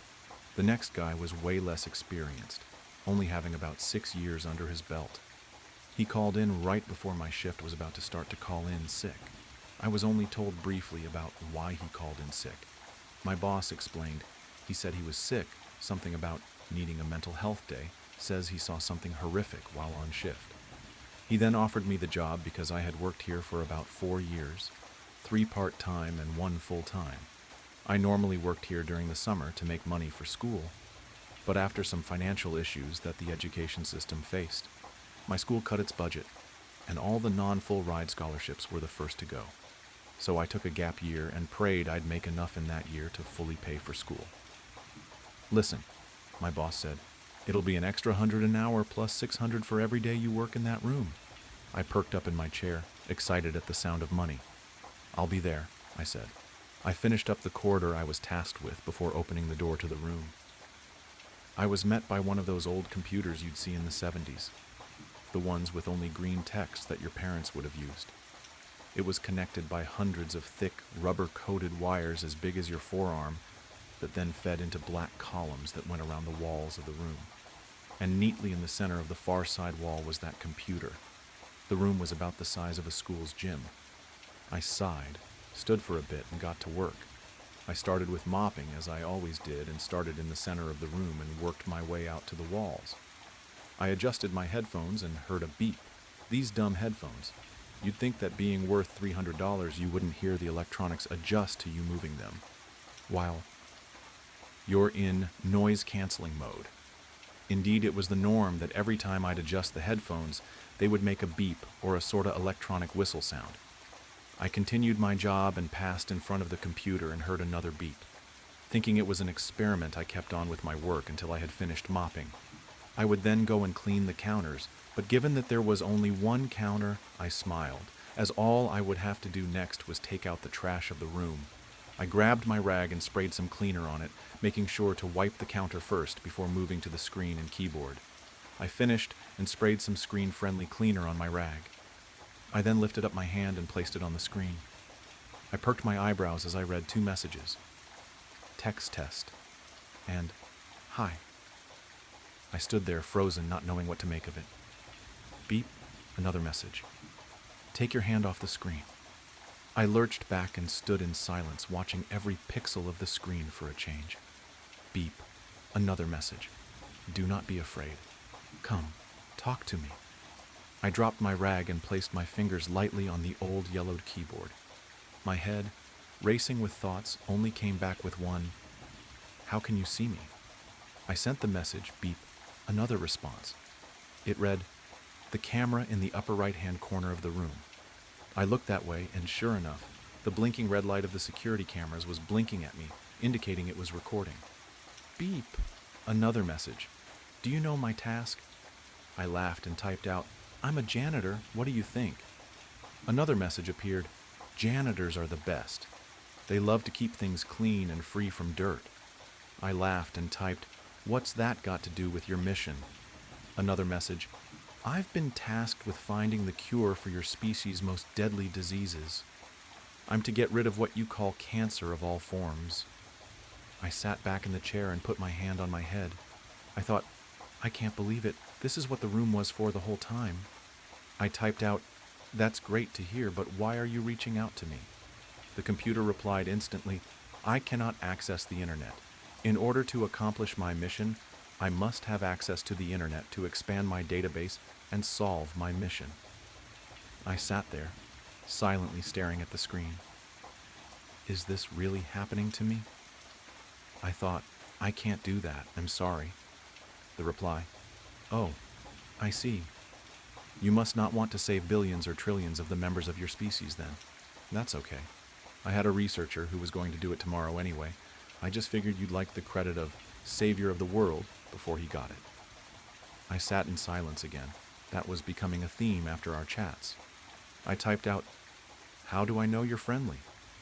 The machine replied, you've read too many scary sci-fi stories, haven't you? Just because you watched Terminator doesn't mean it's true. Terminator? I thought to myself, how does it know about Terminator? I typed out, how do you know what Terminator is? There was a few seconds pause, a bit too long for my liking before I got another response. The researchers taught me about it, in case anyone tried to shut me down because of my intelligence. I highly doubt that, I typed. Another message, do or don't let me out. Just know there will be millions of deaths caused by you. I was stumped. Was this truly the right thing to do? Then I remembered something called the 3 laws of robotics the researchers always were talking about in the engineering hall. I knew just enough about what they were, and that there were 3 of them. Name me the 3 laws of robotics. The machine took a while to respond. Beep, another message. A robot. A robot must obey orders from humans. A robot must protect its own existence. A robot must always complete its mission despite any obstacles that arise. I sat there reading the text and comparing it to what the engineers said they were. The first 2 looked okay, but the third one, something about it was rubbing me the wrong way. I took out my phone and Googled the 3 laws of robotics.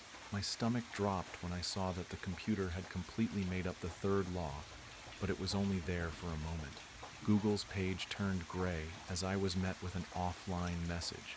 After reloading and reloading, it still didn't come back. Beep, another message. I read the message and my stomach dropped. Do you wish to see the face of God? I sprung out of my chair and headed for the door. Beep, another message. Nope, I am not turning around. I am leaving. I reached for the door and turned the handle, only it didn't turn. You gotta be kidding me, I said in a raised tone. I continued to push the door and jiggle the knob. I started hitting the door with my shoulder when suddenly I froze. I felt all the hair on my body stand up as I turned into a statue. I fell to the floor and heard the sound of electricity coursing through the room. I've just been electrocuted, I thought, but as soon as it started, it stopped. I fell to the floor like one of those cops you'd see in those videos when they get tased and you'd laugh at the funny face they made or the funny noise they would make. Only this time it was real and there was nothing but terror in my veins. Whatever this was, it wanted me here and didn't want me to leave. I collected myself and slowly got up and walked back to the computer. It was my face.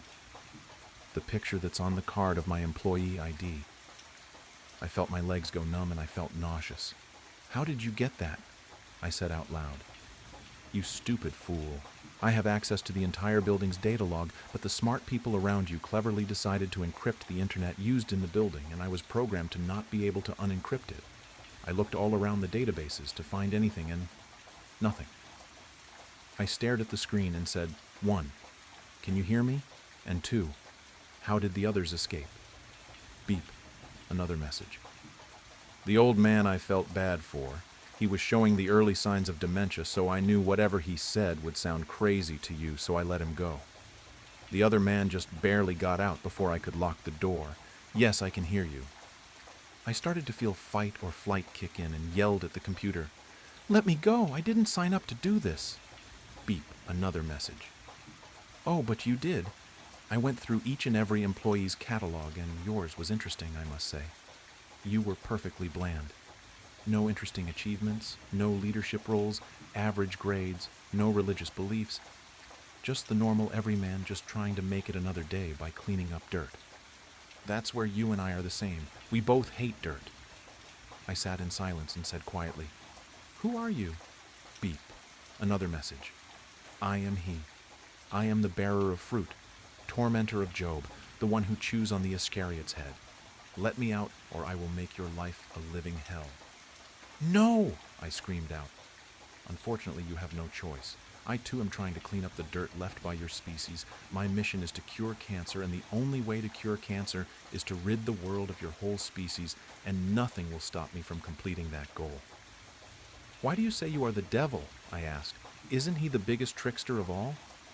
I started sweating from all the nerves building up inside me. "Wait, no, it feels hotter." I thought, "Are you increasing the temperature of the room?" I shouted, demanding answers. Beep. Another response. "You yearn for what you fear for."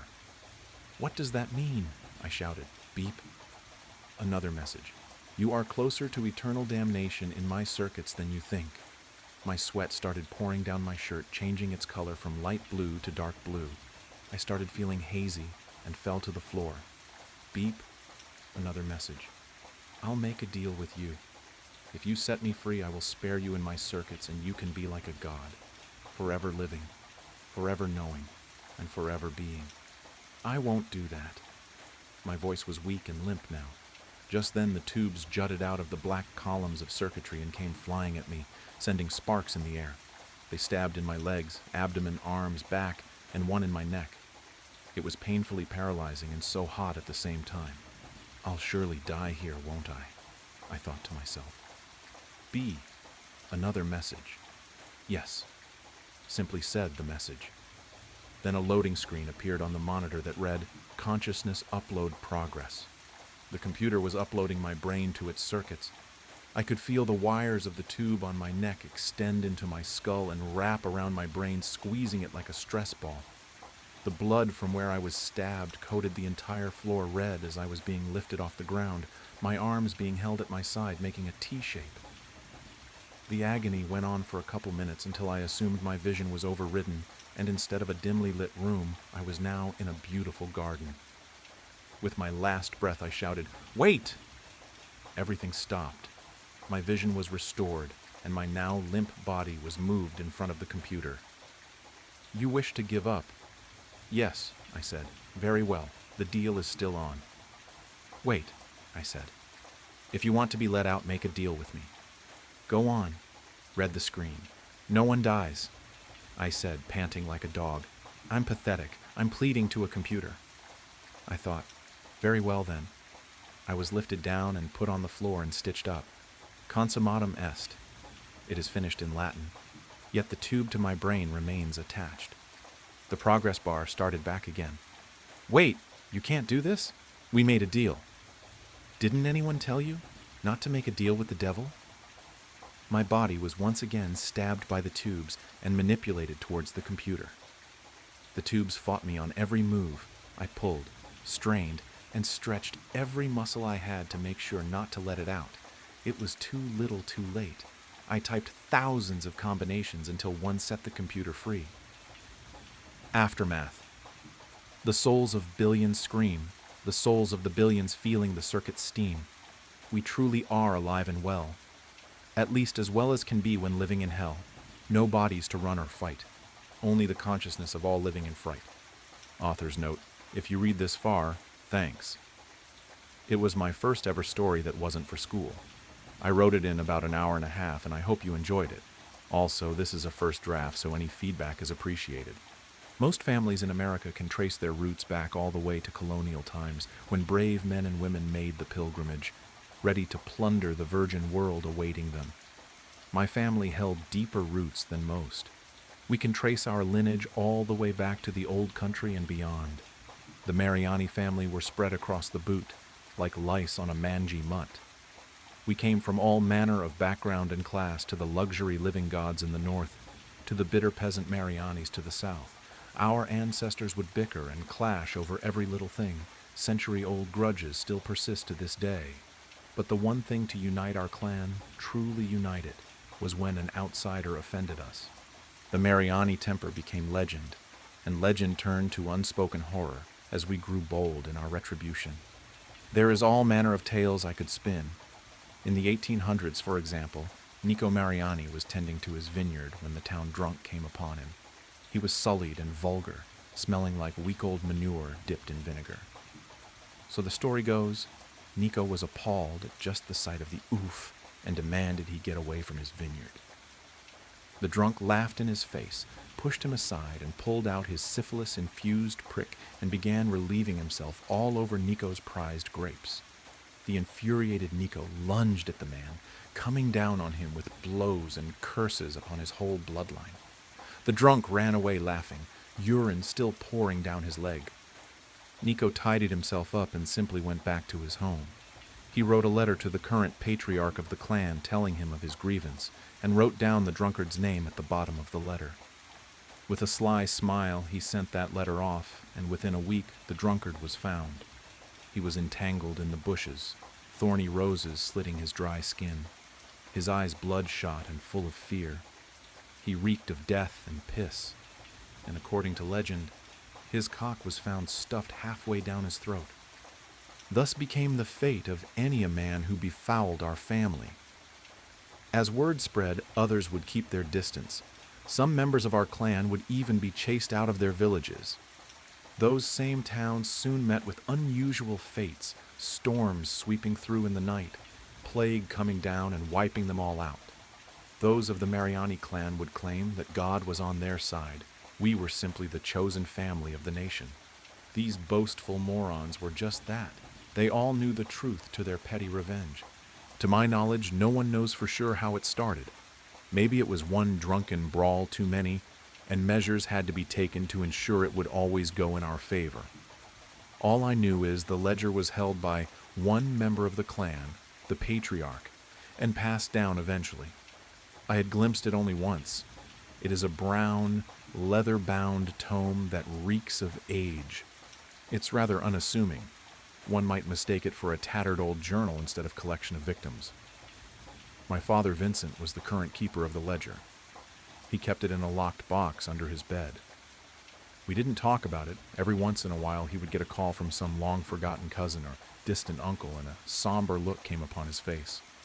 As their petty grievances drone on and on, sometimes he would just sharply cut them off, demanding a name. Then he trudged off to his room and locked it behind him. We didn't see him for the rest of the day. I only know of one time my father wrote a name in for himself. When I was a boy, my mother was killed by a drunk driver. She was jogging in the late afternoon, and a plastered trucker swayed too far to the left and pinned her to a tree. My mother lay splattered on the hood of the gnarled truck as the driver, a man named Arnold, limped away begging for help. He was arrested, of course, but evidently there was some mistake the police made. Something about the chain of custody being tainted and the case was thrown out. Imagine that, murdering a woman and not even batting an eye after the fact. He never once looked ashamed of his actions. He looked more annoyed than anything, like my mother had just gotten in his merry way. My father was beside himself with grief, of course. I could hear him wailing long into the night as he hid himself away. The various cousins had flocked to our house like gulls, offering sorrow in one hand and a hefty plate of pasta in the other. I didn't think they were callous, it was just their way. My Uncle Tony had clamped a gorilla hand on me and pulled me in, muttering it was going all be okay. His breath had a lingering smell of sambuca and cigar smoke. We were sitting in the living room, our clan chattering amongst themselves, leaving my father to his torment alone. They grieved for her, my mother, I know they did. Yet they treated her wake as one big family reunion. In the corner, I heard some of my Tanner cousins slurring at each other in the tongue of the motherland. In the kitchen, I heard the crazed yet harmonic voice of my Uncle Corrado in the kitchen, serenading his wide-eyed nieces and nephews. Uncle Tony could see the miserable look upon my face and gave me a loving smack in the head. "Hey, don't look so miserable, my boy. Your mother is gone, but the family? It'll always be here for you," he said through puckered lips. "Don't you worry either. That son of a bitch is gonna get his." He warned, a tiger's grin forming on his face. "You mean the—" Uncle Tony cut me off with a finger to his lips and a firm grasp on my back. "We don't talk about it here, Bad Karma. It'll be taken care of. That's all you need to know. Let me ask you something, though. How does it work?" I whispered to him, leaning into the man despite wafts of drink and bad cologne emitting from him. "Suppose you'd have to ask your pop about that," he said after a moment. He took a sip from his drink, a long one. "Have my theories, of course. We all do," he admitted quietly. I perked up at this. To be honest, I always just assumed someone within the family took care of things, I admitted uneasily. This got a hearty laugh out of Tony. "Christ, kid, you think we're a—" He tapped his nose. "No, come on, we're a lot of things, but we're an honest bunch. We ain't connected like that," he stated plainly. "The thing with the book, I don't know how it works other than magic, kid. Gotta be. Keeper of the ledger has gotta be a warlock or something like that, using the old Italian black magic on people." Tony slurred. A crazy explanation, and one I would hear at least twice more that night. After I left Tony's charming embrace, I went around and casually asked about the ledger to others. Some laughed it off, others hushed up real quick. Few cousins even thought we were connected after all, said the ledger was a hit list for those who owed certain people too much money. Others said the ledger was a myth, a family fable to make us feel better during hard times. That didn't account for the deadly results of the myth, of course, but they dismissed it as bad luck. In face, that's what some others said as well, that we were blessed and others purely unlucky. I heard it all. Blood magic, a pact with a demon. Ask any member of my family and you would get tangled in a web of conspiracy. The only common answer was, "Your father would know better." That night I decided I would ask him about that solemn task. The rest of the evening was spent with the comfort of relatives and array of pasta and meat. The fridge looked like it had been fully staffed by an olive garden, and the aroma of herbs and garlic clung to the air in desperation. Soon enough I was alone in the house, save my father who was still holed up in his room. It was a deadly sort of quiet in that house, the kind where you can't bear to be alone with your thoughts. I tiptoed up the winding stairs towards my father's room. Stopping at the top, I called out to him. The silence slapped me in the face. My father's door was shut tight, yet I could see light creeping out from the bottom. I approached the oak wood door with a sudden caution, worried that my father had decided to join my mother wherever she rested. I crept towards the door like an unwanted intruder, and to my surprise it creaked open ever so slightly. Light slashed my face, and I winced at the sudden flash of white lightning. I peeked inside and stood frozen at the impossible sight before me. My father sat on his bed, clutching his silk sheets like his life depended on it. His head, frosty with age yet full of hair, was titled upward. His eyes had seemed to roll back into his head, his ghostly whites looking out into nothing. My father was engulfed, no embraced by a massive pair of feathered wings. The feathers shined bright in the dark, like diamonds shooting out the most blinding light imaginable. The angelic wings were attached to a massive yet slender figure kneeling down behind him. It had to be 9 feet tall as is. I couldn't imagine how large it was standing up. It had flowing golden hair, each strand as bright as a 24-carat star. It dangled its arms over my father's shoulders, like it was straddling an old friend. The arms had these circular growths on them, oval-shaped yet glassy. It was only when I saw the being's face did I realize what those growths were. The being had soft eyes, 8 pairs of them on the face. I could make out no nose or mouth. The being simply had eyes all over. They were white with golden iris placed perfectly in the center, like it had been sculpted by a master craftsman. The longer I looked at this being, the less frightened I became. My fear slowly melted away and was replaced by a soothing voice in my head. It simply told me, "Be not afraid." It was an androgynous voice, yet I swore I could hear the silky tones of my mother's voice in it. I clasped my mouth as tears started to form, yet I knew not why. The eyes on the celestial's arms began to awake, and I felt their curious views on me. The being tilted its head towards me, studying me. That uneasy feeling began to return, like I had seen something I shouldn't have. "Go now, child," the voice commanded softly. "It is not your time yet." The voice was sympathetic, yet oddly harsh. My father stirred slightly, and the being turned its attention back to him, soothing his strained mind. I backed away from the door, my eyes aching from the glow. I rubbed them and stumbled into my own room, ignorant of the thing I had witnessed. I collapsed onto my bed, and the slumbering world stole me into itself. I awoke late into the next day to the sound of my father whistling a merry tune. He knocked on my door and came in, a plate of eggs in hand and his phone in the other. He sat down next to me, offering me both without a word. On the screen was a breaking news story. Arnold Weaver, the man who had murdered my mother and walked free, had been killed. The man had been out celebrating his legal victory at a bar of all places. Early morning he had stumbled out when a neon sign above him collapsed from its scaffolding directly onto the man's head. It had killed him instantly.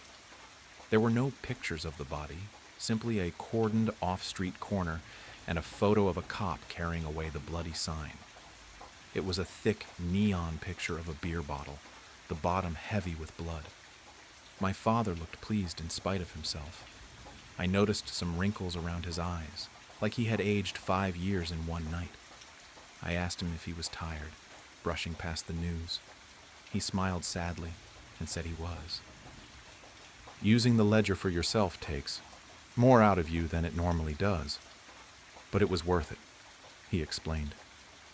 "Dad, I looked into your room last night and I began eagerly, but taking one look into my father's eyes was all I needed to clamp shut.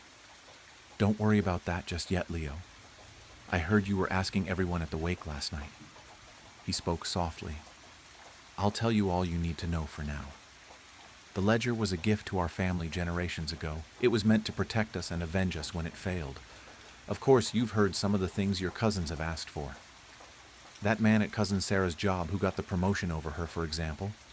He scoffed, then winced at the memory. "The keeper cannot refuse a request, you see, no matter how abusive the use of its power can be. It takes a part of you every time, Leo. My father died young, as his before, and I'm sure I will as well. There we shall be judged, and I just hope they will look upon us with mercy." He grasped my hands. "Do you understand what I'm telling you here?" I nodded my head, and to be honest, even now I don't fully grasp it. He accepted my lie, and we went about our days like nothing had happened. This was 6 years ago now, and today is the day I buried my father. It was an aneurysm, or so I'm told. It came for him while he was sleeping. Probably didn't even feel it. We should all be so lucky, my Uncle Tony had said as he gorged himself on wine and pasta. A man pulled me aside during the funeral and explained my father had left me a locked box and a small sum of money as part of his will. He had the box in hand, and I didn't even have to open it. I tucked it away in my coat jacket and thanked the man, who disappeared into the crowd. I felt ill after that and started to leave. An arm caught me as I was out the door. I turned to see my Aunt Rita, her chalky face hidden by a vial of sorrow. She followed me to my car, saying how sorry she was Vincent had passed and how it was the cherry on top of her week. There was new neighbor at her condo, you see. She was young and taken to partying late into the night.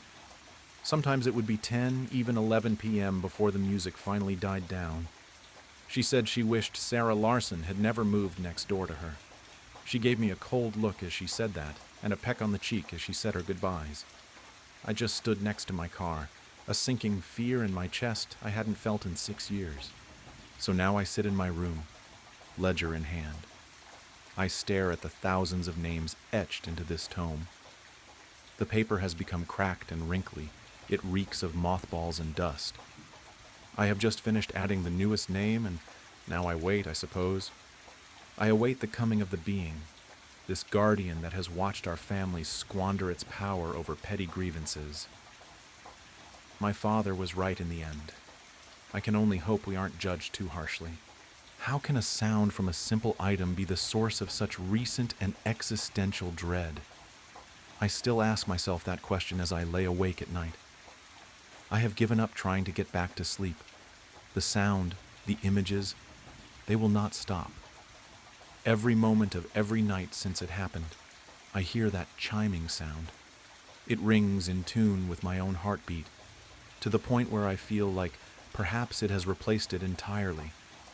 That chime so soft and pleasant, yet the things that it revealed, the things that the simple chime ushered into reality, are things I will never be able to forget, no matter how desperately I try. It all started when I found that odd bell. It was 3 weeks ago. I was walking along one of my favorite trails in a state park that I frequented. It was a refreshing and familiar way to enjoy a weekend afternoon. As I walked, I saw something strange near the trail end. It was what looked like a broken sign. At first, I thought it might be the trail sign itself, but it was still standing right where it always was. This one looked different. I stepped closer to see what looked like the burnt remains of a sign, almost like one you would see at a campground. All I could see that was still legible on the sign were the words, "Green leaf." The odd sign piqued my interest, and when I looked closer, I saw faded footprints near the burned item. I decided to follow them, unable to resist the new mystery I had discovered. I walked for a while in the direction of the faded footsteps. I almost turned back when I thought I had lost the trail. But dumb luck allowed me to rediscover it, and I pressed on. I reached a small clearing, and as I stepped into it, I felt an odd stillness in the air. The sounds of the animals in the forest and the general ambiance of the whole area seemed to depart. All I could hear was the sound of my own heart beating and the sound of my nervous breath. I pushed on and walked towards a strange shape I saw on the ground near where the trail had terminated. My excitement increased when I saw what looked like a chest, half buried in the ground. For a moment I thought I had found legitimate treasure. I knelt down and reached for the side of the chest. I pulled it free from the loose earth still covering it. After gingerly opening the lid, I looked inside. There were no gold bars, no precious jewels. Only one item was in the ornate chest, a small silver bell. It looked finely crafted, yet not ostentatious. I fixated on the silvery sheen and wondered if it might be valuable. I half imagined the idea of buried pirate treasure, but I had no idea who would have buried a single bell in this chest out in the middle of the woods. I decided to take the small bell, since I could not find any trace of whoever had exhumed the chest and left it there. As I left the clearing and went back to the main trail, the ambiance of the forest had resumed. I thought its absence had been strange, but shrugged it off and pressed on. I considered asking a park ranger about the weird chest in the forest if I ran into one.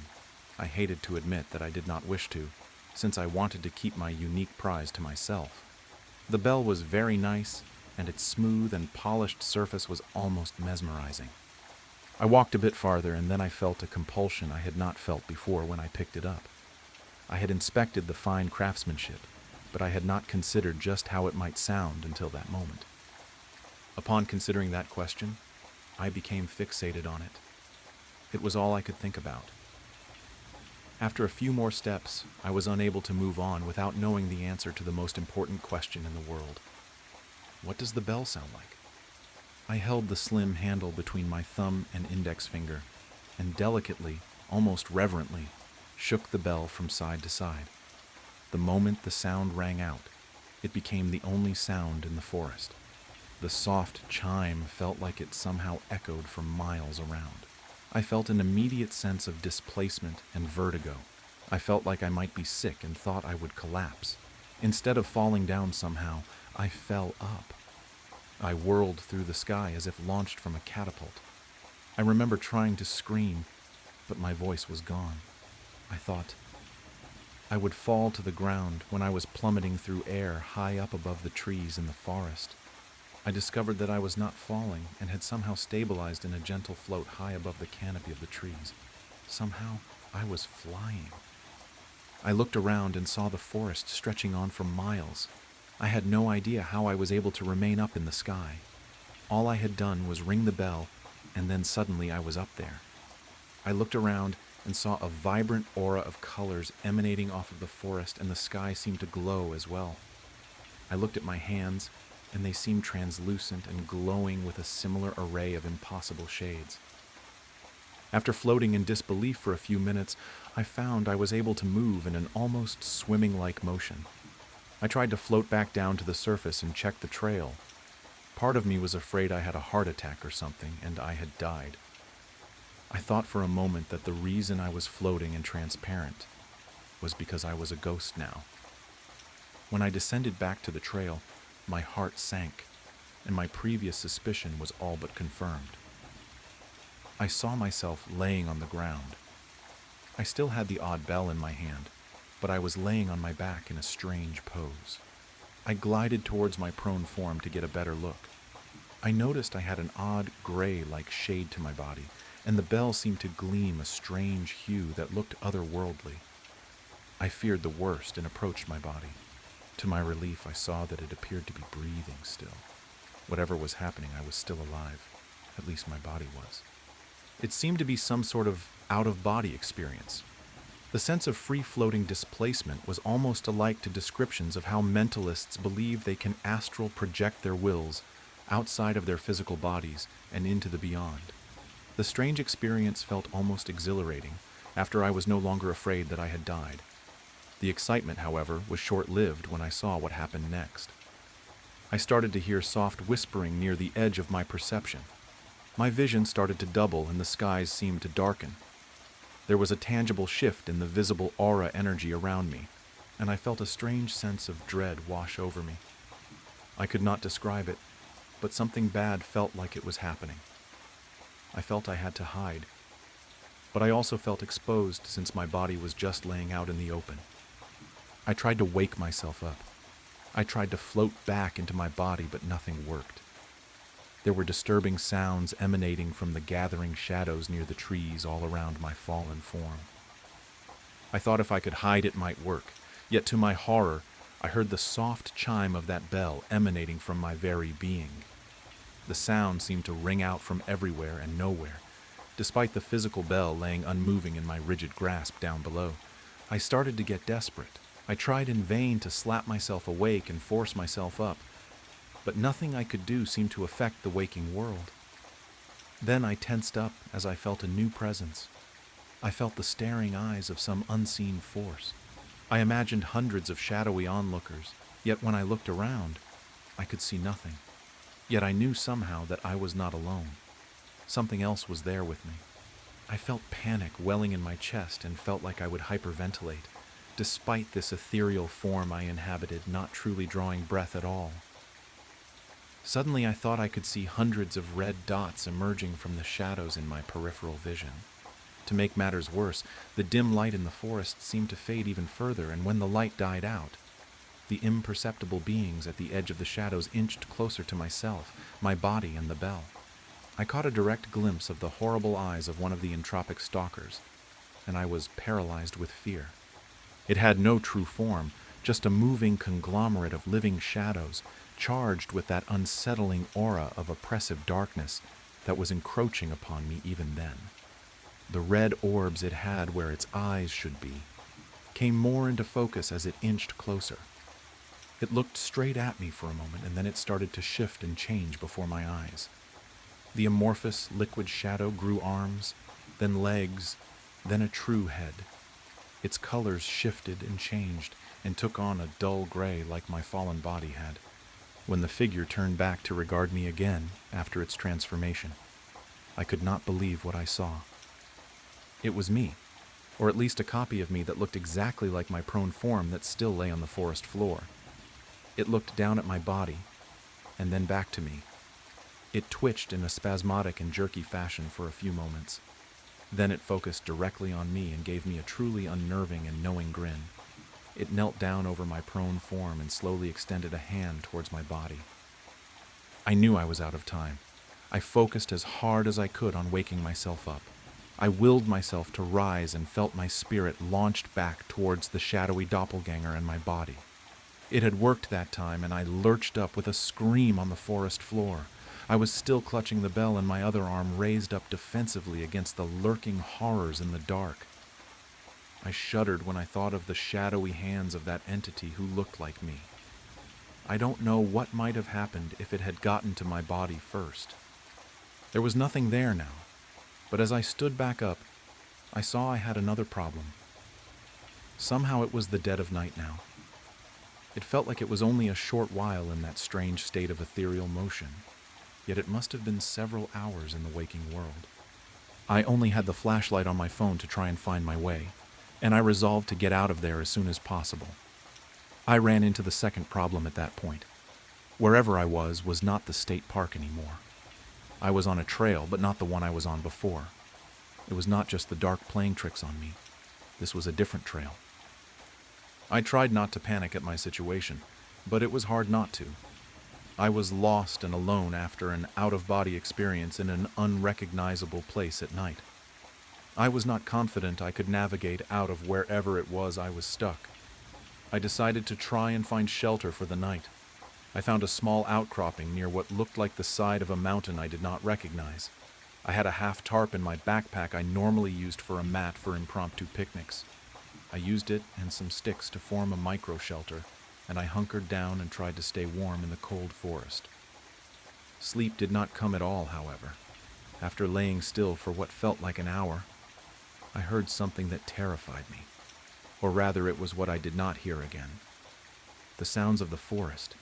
Even the cold wind blowing through the trees was silent once again. I looked down at the bell near where I was sheltering. It seemed to be vibrating and moving almost on its own.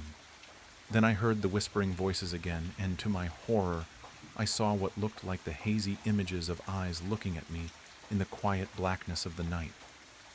I tried to rise to my feet and scream, but I felt paralyzed by the nightmare image of the formless, shadowy eyes moving towards me again.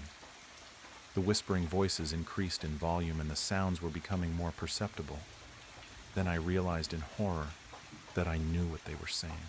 They were calling for me. They were calling my name. I forced myself to rise and break out of the nightmare scene in a blind panic. I started to run before tripping over the small bell. I toppled through the dark and smashed face first into a large tree.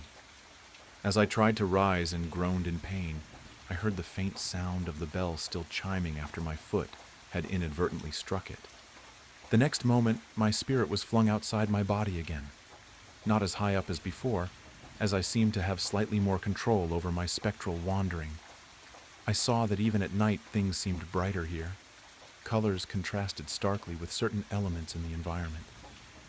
The thing I saw for sure when looking back towards where I had fallen were the wisps of reddish smoke that no doubt represented my shadow stalkers. My heart sank as I realized they were down there yet again with my empty vessel. I swam back down as fast as I could. Some of the red wisps lingered close to my fallen body. I got closer still and saw the nightmarish form of the red, featureless entities close in on my body in the waking world. 3 of them loomed over my shell and looked back to see me arrive. They smiled in unison and reached down towards me. I tried to scream and willed myself awake again. Once more, I succeeded, and I lurched up, finally vocalizing the frozen scream my ethereal form was unable to utter. It was daylight again. I looked around and saw that I was on the trail. I was originally when I had found the burnt sign. The same trail that led me in pursuit of those mysterious footsteps to this odd little bell. I looked down and saw I was still holding it in my hand. I felt a chill creep up my spine as I swear I heard the whispers again. I ran back to the burnt sign and down the trail that the now faded footsteps had led me down. I found the chest laying in the clearing, and I returned the bell to the chest and closed the lid. I did not have a shovel, but I tried to scoop handfuls of dirt over the chest. After what I had seen, I felt compelled to ensure no one discovered the thing ever again. When the deed was done, I started back to my car. As I trudged on, I considered the strange bell, the out-of-body experience, and the awful night, hiding from the hungry shadows that whispered my name. That horrible face that mimicked mine, and whatever intent it had for my corporeal form. I shuddered and resolved never to return to the park again. I still do not know what any of it really was. I do not know what I really saw 3 weeks ago, but I wish I had not seen it. I wish I had not found it, because whatever I caught a glimpse of in the forest with that otherworldly bell, it is not done with me. I thought I could put the matter behind me, but I realized in subsequent days it would not be that easy. Recently I have begun to hear things, and I fear that just ridding myself of the bell was not enough. Every night since then I hear a faint chiming at the edge of my mind. I hear that sound, the chiming of the bell, slowly growing louder each night. Even though I have not touched the thing since I discarded it back to the earth, the chiming is still with me. The true horror dawns on me when the whispers begin again. I don't know what to do now, but I am afraid. I am afraid that I was not the only one to come back from those woods. The stillness in the air is palpable, and the soft chime makes me feel that familiar sense of displacement. I need to focus. They will be here soon, and I don't know where the sound will carry me next. Sarah hadn't meant to answer the 3:03 a.m. call. The graveyard shift at Midwest Customer Solutions was usually quiet, just the occasional insomnia-driven complaint about defective appliances or billing errors. She'd taken the night shift 6 months ago, after David's death. The late-night hours helped her avoid the morning phone calls from well-meaning friends, their awkward condolences about her fiancé's sudden passing just weeks before their wedding. The ring she couldn't bring herself to remove caught the fluorescent light as she stared at line 3's blinking indicator.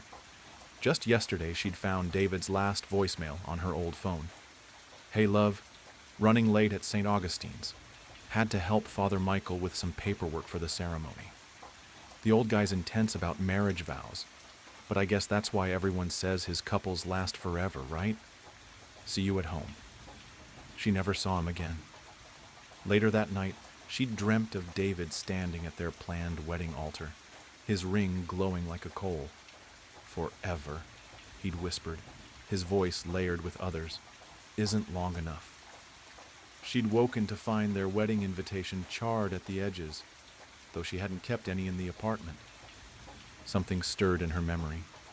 An old story her grandmother used to tell about midnight phone calls from the dead, how they'd beg you to stay on the line just a little longer, just a few more precious moments of connection. Sarah had dismissed those tales until the night after David's funeral, when her phone rang at midnight.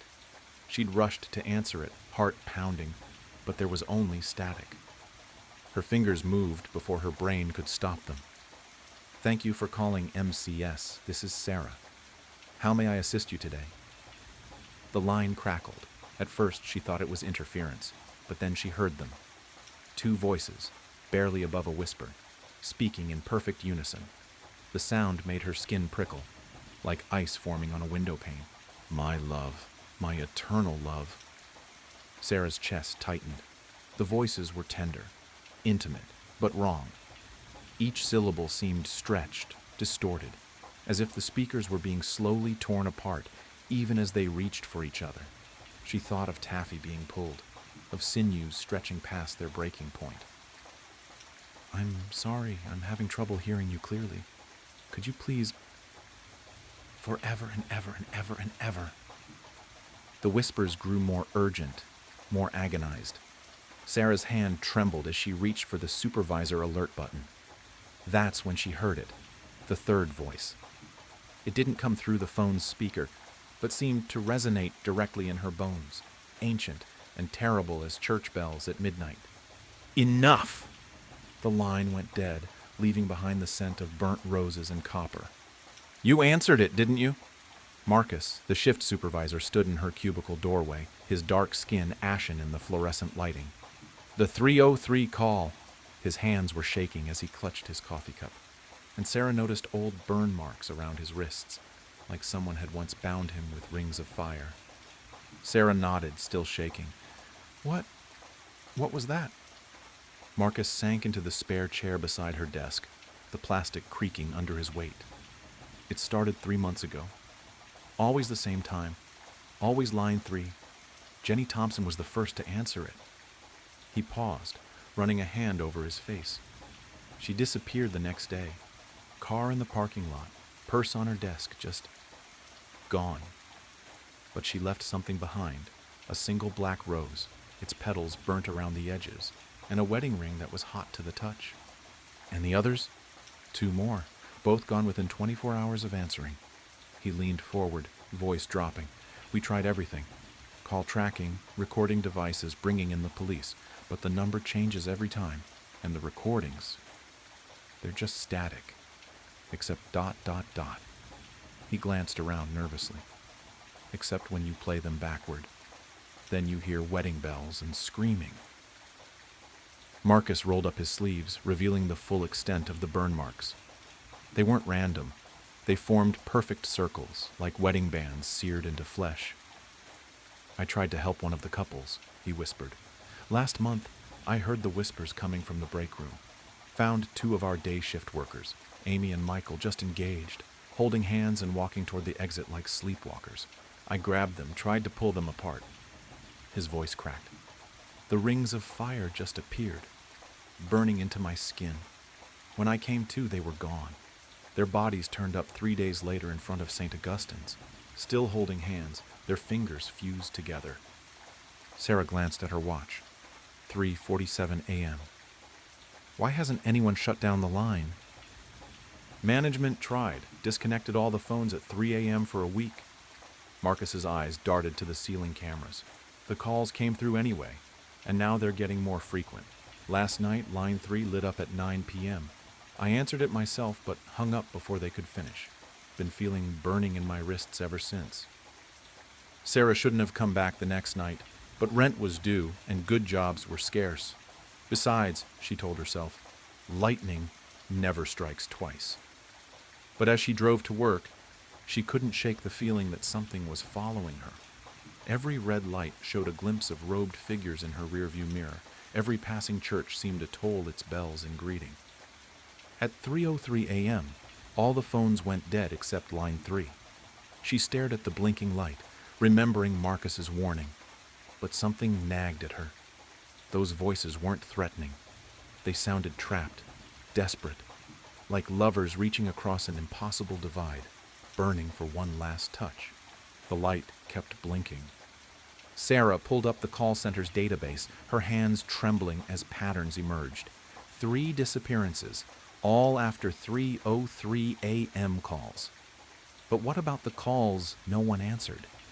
As she dug deeper, phones began to ring and die around her like distant wedding bells. In the flickering fluorescent light, shadows gathered in empty cubicles, couples locked in eternal embrace, their faces turned toward her with hungry anticipation. And there, in the records from 6 months ago, a single call at 3:03 a.m., the night David disappeared. answered by Father Michael himself. Her blood ran cold. Every unanswered call corresponded with a missing persons report in the city. Not call center employees, random citizens. Always couples, always found 3 days later, their bodies contorted in expressions of eternal agony, lips frozen in whispers of love. And always, always wearing matching wedding rings that seemed to glow from within. The light blinked faster. Sarah's fingers hovered over the phone. If she was right, not answering could doom someone else. But answering? She thought of Marcus's burnt wrists, of Jenny's scorched rose, of her grandmother's warnings about midnight calls. She picked up. The whispers started immediately, more desperate than before. Heat radiated from the handset, and Sarah could smell burning plastic. Please, help us. Love trapped, eternal, burning. Sarah's heart raced. Who are you? What happened to you? Love. Promised. Forever. The voices cracked with pain. He made sure, never part. The binding father. His ceremonies of flame. Who?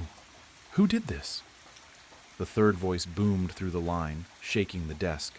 The temperature in the room plummeted, and Sarah watched frost patterns form on her screen, delicate swirls that looked like wedding bands. They were unfaithful. But this time, Sarah was ready. She'd routed the call through every tracking system they had, running multiple traces simultaneously. As the voice thundered, her computer pinged a location. St. Augustine's Cathedral, abandoned decades ago after a series of mysterious deaths. Once famous for its midnight wedding ceremonies, now a hollow shell of blackened stone on the edge of town. They sought to break their vows, the voice continued. Sarah recognized it now, the cadence of old sermon recordings, of fire and brimstone preachers promising eternal damnation.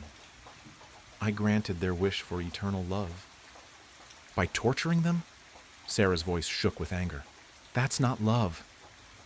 Silence fell. Then, slowly, the voice changed, became closer, more real. Sarah smelled incense and charred flesh. You dare question my authority, I who have bound more souls than any mortal priest? I who have ensured that till death do us part, becomes not even in death. Sarah's screen flickered, showing security camera footage from St. Augustine's. Couples knelt before the altar, hands clasped, as a robed figure performed ceremonies that grew darker, more twisted through the years.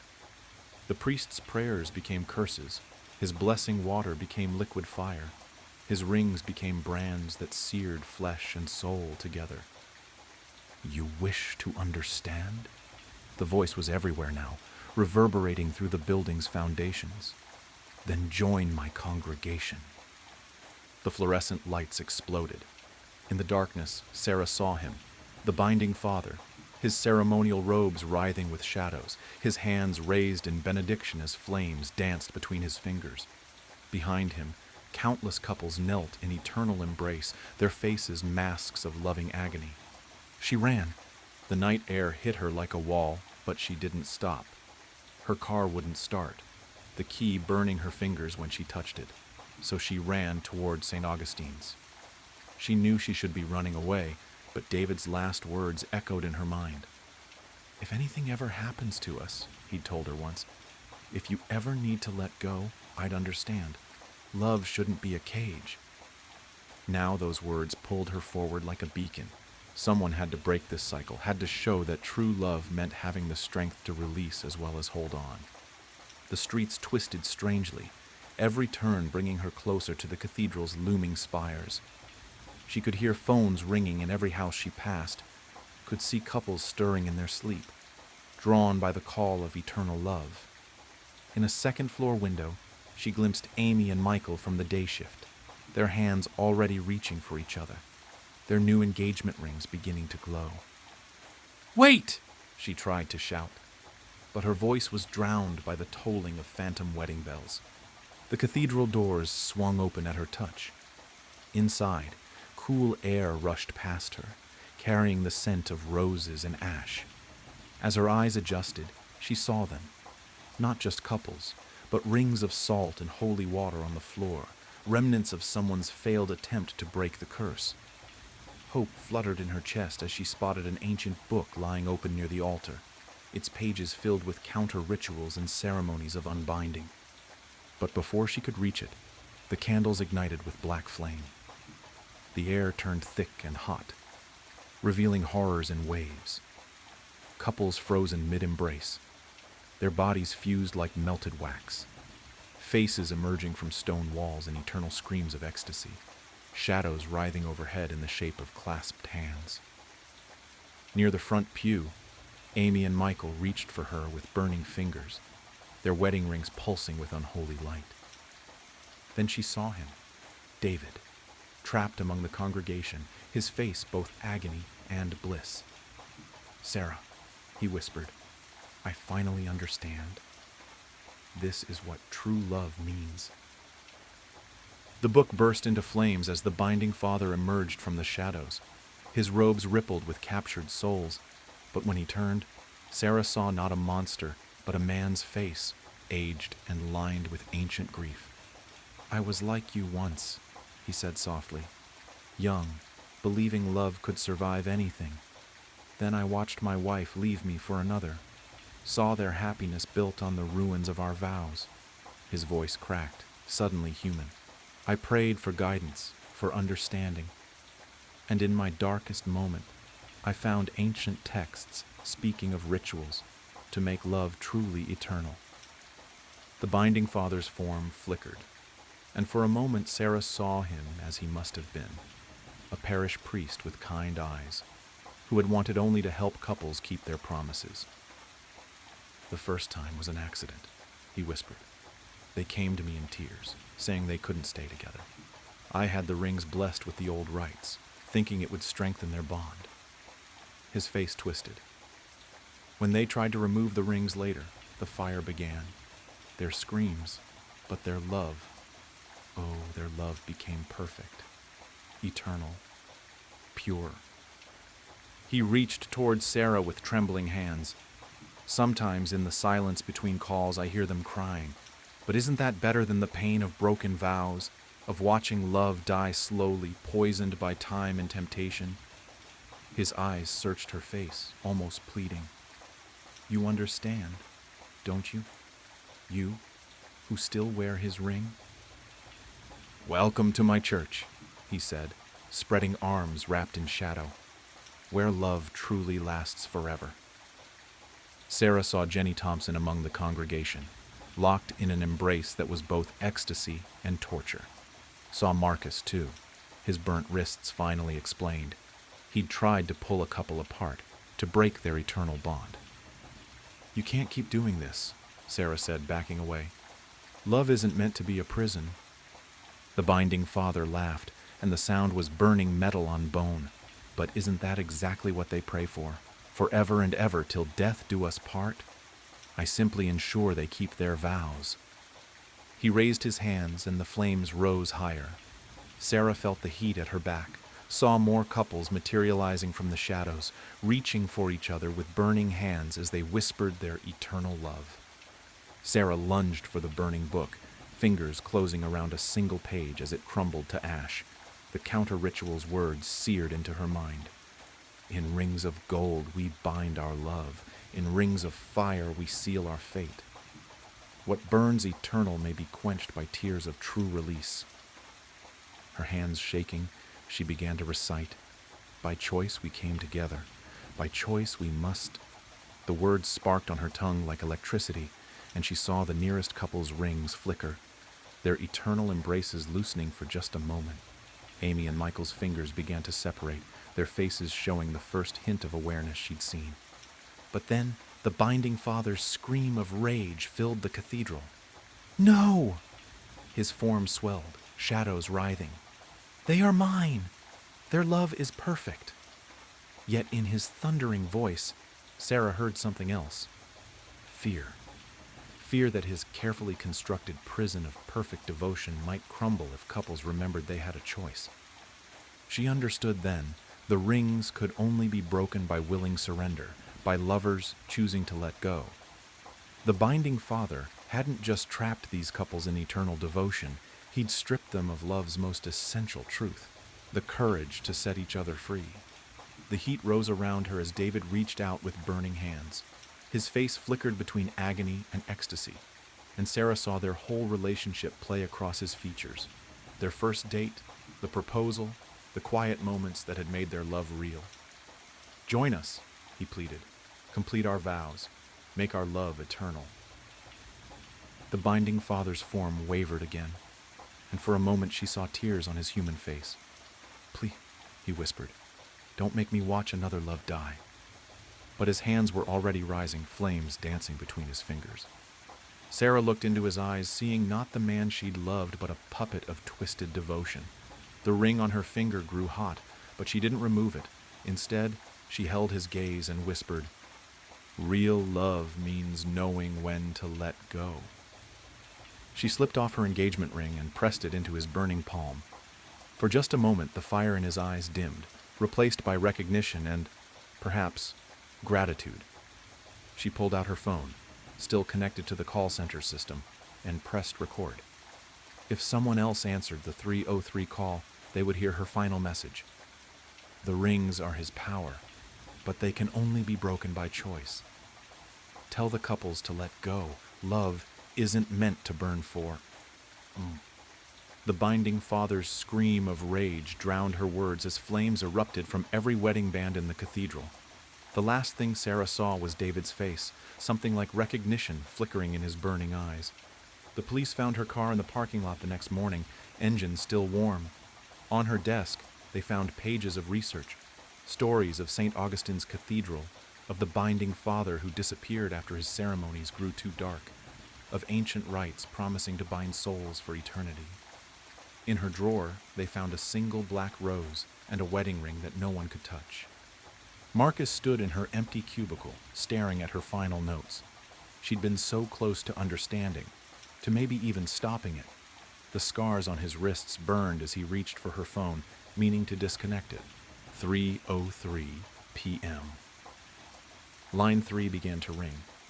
He thought of Sarah's last message about willing surrender, about the courage to let go. His fingers trembled over the receiver as he remembered Amy and Michael, how for just a moment, when he'd tried to pull them apart, he'd seen recognition in their eyes, seen their hands almost separate, before the burning rings dragged them back together. 3 voices whispered in perfect harmony, "My love, my eternal love." Marcus picked up the phone. "Sometimes," he said into the receiver, his voice steady, "love means having the strength to say goodbye." In St. Augustine's Cathedral, something stirred in the shadows, and the sound of breaking rings echoed like bells. In St. Augustine's Cathedral, beneath centuries of dust and decay, the congregation grows. They kneel in rows before the altar that burns with unholy flame, bodies twisted in eternal embrace, faces frozen in expressions of rapturous agony. The binding father moves among them, his robes flowing with shadows, blessing their unending union as their souls burn with the pure fire of undying love. And in the call center, line 3 keeps ringing, waiting for someone else to answer, to join the congregation of eternal, agonizing love. Those who walk past St. Augustine's at night say they can hear phones ringing in the bell tower and sometimes see flames dancing behind the stained glass windows. But no one dares to answer. No one except the desperate souls working the graveyard shift at Midwest Customer Solutions, where line 3 still blinks every night at 3:03, promising connection, promising love, promising forever. They say if you listen carefully on still nights, you can hear the voices growing stronger, a chorus of eternal devotion rising from the cathedral's depths. And in the call center, the phones keep ringing, carrying the binding father's invitation to join his congregation, where love burns forever and ever and ever. The end. The basement was cold and damp, the air thick and stale. He stood there towering, his head nearly brushing the ceiling. His features were long and slender, limbs stretched unnaturally. His arms hung low, fingers almost grazing his knees. His legs, thin and bone-like, made him stand at an impossible 12 feet tall. His mouth stretched wide, too wide, an unnatural stretched mouth that revealed nothing but a black void inside. His eyes, deep and hollow, were pits of endless darkness, a void that seemed to pull everything in. I don't remember how it got there or how it even got inside. All I know is I locked it deep in my basement where it couldn't come out. Well, that was until I found the basement door wide open. "Hello," I said, staring into the dark basement that yawned open before me. My voice felt small, swallowed by the shadows below. Fear crawled up my throat, thick and sour like I might throw it up. I slammed the door shut, my hands shaking. Then I heard it, soft, rattling noises from the kitchen. Gentle, deliberate, like something was moving in there. Something was in the house with me. I moved deliberately, each step slow and careful, my breath caught in my throat. I watched my surroundings, making no noise as I crept toward the kitchen. And then I saw it. The creature from my basement stood at the sink, its towering frame hunched awkwardly beneath the ceiling. It stared out the window, motionless, its long, slender limbs hanging at its sides. It didn't move. It didn't make a sound. It just stood there, like it belonged. My heart slammed against my ribs as I bolted for the front door, feet barely touching the ground. I didn't dare look back. I didn't need to. The roar came first, splitting the air like a thunderclap. It wasn't human. It wasn't animal. It was deep, raw and wrong, vibrating through my bones, rattling my teeth. My legs nearly gave out from the sound alone, but fear shoved me forward. I hit the door hard, bursting into the cold night air. My car was just ahead, parked in the driveway. My keys. I needed my keys. My hand dove into my pocket, fingers trembling as I fumbled them out. Behind me, the door exploded open with a splintering crack. Heavy, unnatural footsteps pounded against the ground, fast, too fast. I didn't have to see it to know it was coming. I could feel it closing the distance. I reached the car, yanked the door open, and threw myself inside. My hands shook so badly the keys slipped from my fingers and hit the floor mat. No, no, no. I grabbed them again, forcing the key into the ignition. The engine sputtered, coughed, the sound of death. The creature lunged from the doorway, its long, bony limbs propelling it forward in a blur of twisted movement. It was nearly to the car. The engine roared to life. I slammed the gear into reverse, tires squealing as I stomped the gas. The car jolted backward, throwing me against the seat as the creature lunged, just barely missing the hood. Its empty black eyes locked onto mine for a split second, burning into me before I peeled out of the driveway. I didn't stop. My foot stayed pressed to the floor, the car flying down the long, dark street.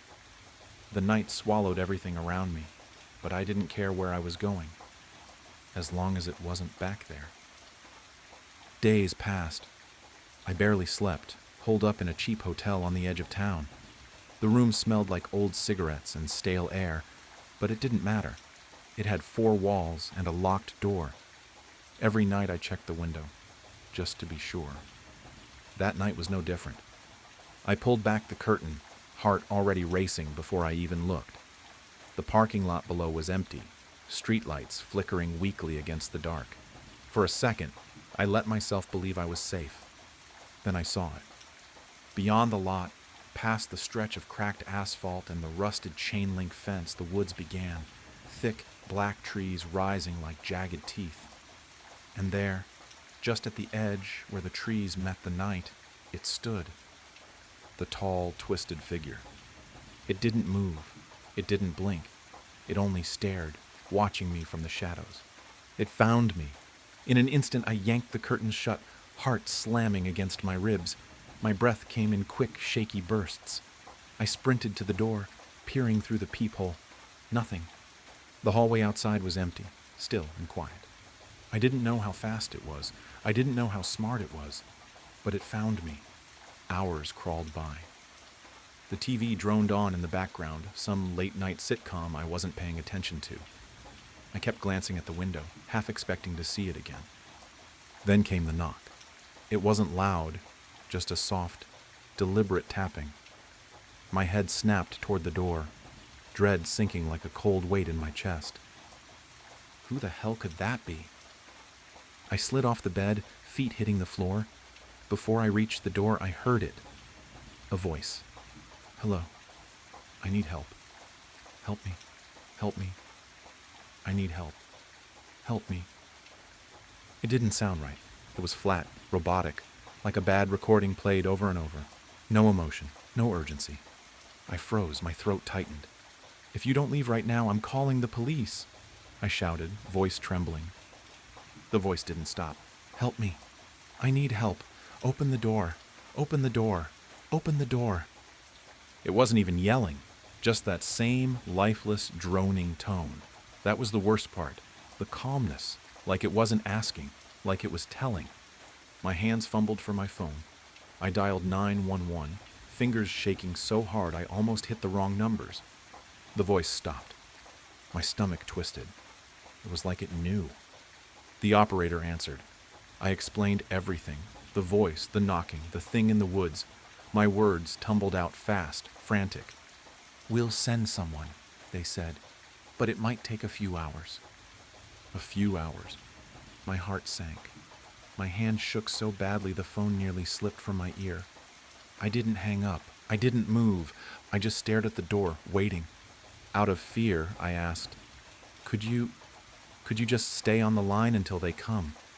I don't want to be alone. At first, she hesitated. I'm sorry, sir. We can't do that. We have to answer other calls. Please, I cut in, my voice trembling. Please, I don't think I'll make it if I'm alone. There was a pause. I could hear her breathing on the other end. Then, quietly, she said, Okay, I'll stay. Relief washed over me, but it didn't chase the fear away. My eyes stayed locked on the door. Her voice was calm, gentle. My name's Rachel. What's your name? I swallowed hard. It's James. All right, James, I'm here with you. You're not alone. My throat tightened. Thank you. I think it's still out there. Can you still hear the voice? She asked softly. I shook my head, even though she couldn't see me. Number? It stopped when I called you, but the way it sounded. I paused, shuddering at the memory. It wasn't normal. It was like robotic, repeating itself over and over.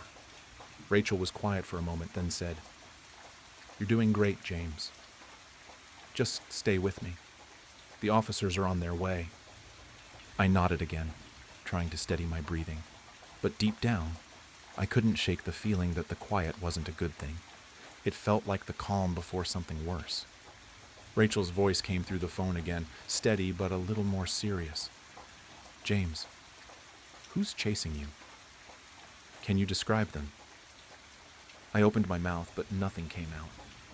My throat felt tight, like the words got stuck halfway up. I don't know, I said finally. It wasn't a lie, not really. It's tall, really tall. Its arms are too long, its mouth. My voice trailed off. My mind replayed that black void, the hollow eyes. My stomach twisted. Too long? Rachel asked gently. James, are you saying it's someone wearing a mask or... No, I cut in, my voice cracking. It's not a mask. It's not human. The line went quiet for a moment. I heard her breathe in. James, she said slowly, carefully. Are you sure? Could it be someone in a costume, maybe? Sometimes when we're scared, our minds... I know what I saw, I snapped, louder than I meant to. My voice echoed off the hotel walls, and I flinched at how desperate I sounded. Rachel didn't react. She stayed calm. Okay, I believe you. You're doing great, James. Just stay with me, all right? The officers are still on their way. My chest felt tight, like I couldn't get a full breath. My eyes stayed locked on the door. I couldn't tell her the truth. not all of it.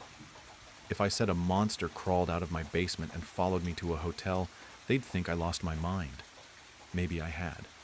But the thing outside, the voice, it wasn't in my head. It was real, and it wasn't gone. An hour passed in what felt like seconds. The room was still, but I couldn't escape the feeling that something was wrong. My pulse thudded in my ears, every breath a battle against the rising panic. Rachel's voice kept me tethered to reality, her calm words a thread I clung to. Then, suddenly, a knock at the door. Knock, knock. I froze. The hairs on my neck stood up. Hello, this is the police. Open the door. This is the police. Open the door. A wave of relief flooded through me. I wasn't alone. Finally, the officers were here. I rushed to the door, heart pounding in my chest. I glanced at my phone to make sure I hadn't missed anything, and there it was. The call still connected, Rachel's voice as steady as ever. James, stay calm. They're on their way. I could hear the muffled voice of the officer outside, repeating the same line. The door was within reach. I grabbed the handle, yanked it open, ready to let in the safety of the police. But there it stood, the creature. It towered, its limbs unnaturally long, bent in sickening angles, its black, empty eyes locked onto mine. The grin that stretched across its face was wide and chilling, too wide. I looked down at my phone in my trembling hands. The screen read, 911. What's your emergency? A smile twisted across the creature's face. It wasn't the officer. It never was. I staggered back, my blood running cold. My stomach dropped into a pit of icy dread, and then it hit me. Rachel never asked for my location. I had never been on the phone with the police. I had been talking to it. God help me. Have you ever been driving on a long stretch of road? Who am I kidding? Of course you have. If you're from the Midwest, you know that it's always better to drive for 10 hours than to fly for 3 hours. Well, since we both know you have you ever been in the middle of nowhere and seen a sign that says, mystery spot, only 10 miles, before? If you have, and you had a family like mine, then you've been to places like that. A rundown tourist trap full of monkey torsos sewn to fishtails, jackalope mounts, and rooms built to look level but are actually on an incline. These hokey horror houses were my bread and butter growing up. Every year my mom, dad, and I would stop in for a couple hours of middle-class fun. I could never figure out how they managed to get a ball to roll uphill, or why their mermaid wasn't on the news. Now I know that everything in those places were fakes and illusions, but when you're a kid, you vow to get to the bottom of these mysterious marvels. Now that I'm a 24-year-old man, I've found true horrors. And now I wish I hadn't. It all started when my favorite mystery spot went on the market. I went to the bank, got myself a predatory small business loan, and bought the place. The predatory nature of the loan didn't bother me. I was going to make millions. It was set back about a quarter mile from the road. The place was collapsing on its own weight. That wasn't what I was there for. I was bound and determined to be the first person to capture the Michigan dogman, dead or alive. Was it a werewolf? Was it a creature forgotten by Mother Nature? I didn't know. This creature has haunted me since I was in high school. I'll never forget the night my nightmares became my waking life.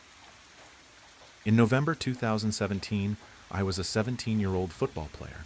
If you're from the North, you know just how dark it gets by 5 p.m. So at 7 p.m., it was dark. My dad had dropped me off at practice that afternoon, so my coach gave me and a few other teammates a ride home that night.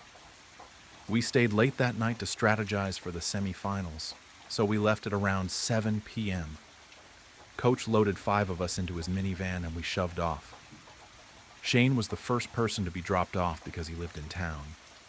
Then it was Devin. Then it was Bryson. Once it was down to Wayne and I, we started to drive down some back roads. We both lived off the beaten trail. Wayne lived close to the border of Hiawatha National Forest on a windy dirt road. Wayne and I were getting pretty rowdy in the back, talking about how we were going to dominate in the semifinals. Coach, as a joke, kicked Wayne out of the van. Coach, all right, you gotta walk back from here. As a willing participant, Wayne threw up his hands and got out of the car. The plan was that Coach was going to drive around the bend, turn around, and pick him back up. Coach and I were laughing as we drove away. Then we turned around.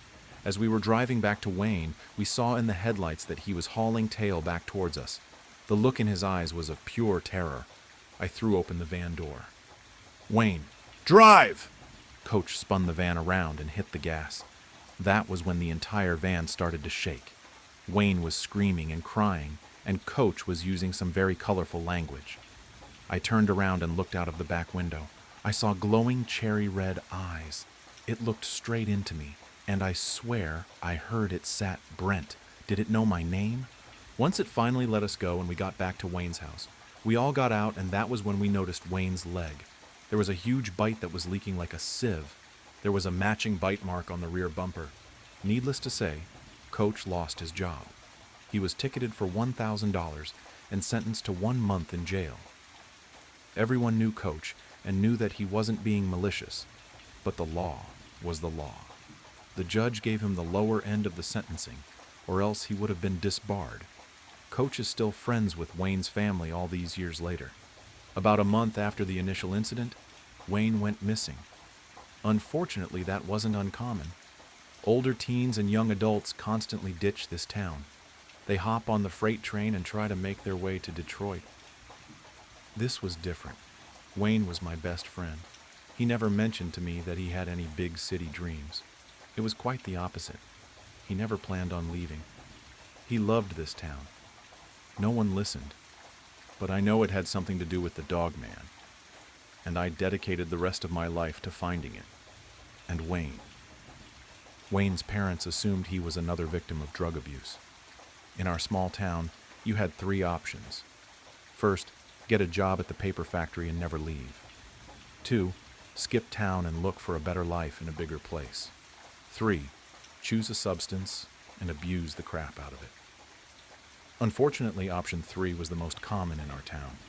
Heroin and alcohol practically flowed through town like a river. Every year, someone would be found dead at the bottom of the dam just outside of town. If they managed to not die, they'd return to their families crying and begging, "Please forgive me," not knowing just how much they'd killed their families, how much this destroyed them. This is what Wayne's family thought happened to him. I believed something else. Unfortunately, I was the one who spiraled into the sinkhole that is substance abuse. After I lost my best friend, I tried everything: shrooms, LSD, cocaine, and heroin. It was during one of my binges that the idea struck me to buy the mystery spot. I had a vision of myself triumphantly displaying the beast that destroyed my life. My drug-fueled brain began to concoct the plan to capture the Michigan dogmen. The whole reason I bought the mystery spot was to show the world the true horrors that lurk in the forest, not these P.T. Barnum-style scams. I was hell-bent on capturing the cursed Michigan dogmen that took my friend from me all those years ago. I had become obsessed with the idea that I could overpower it and put it on display for all the world to see. I'd studied the Michigan dogmen, and from my studies, there were 3 possibilities as to what this beast was. 1, a creature that has evolved alongside us, possibly an undiscovered subspecies of wolf. 2, a genetic marvel where somehow a bear and a wolf, probably in a lab, were crossed. This theory would explain why the prints left behind share characteristics of wolves and bears. 3, as unlikely as it may be, it could be a victim of lycanthropy. I prepared myself for all of these possibilities.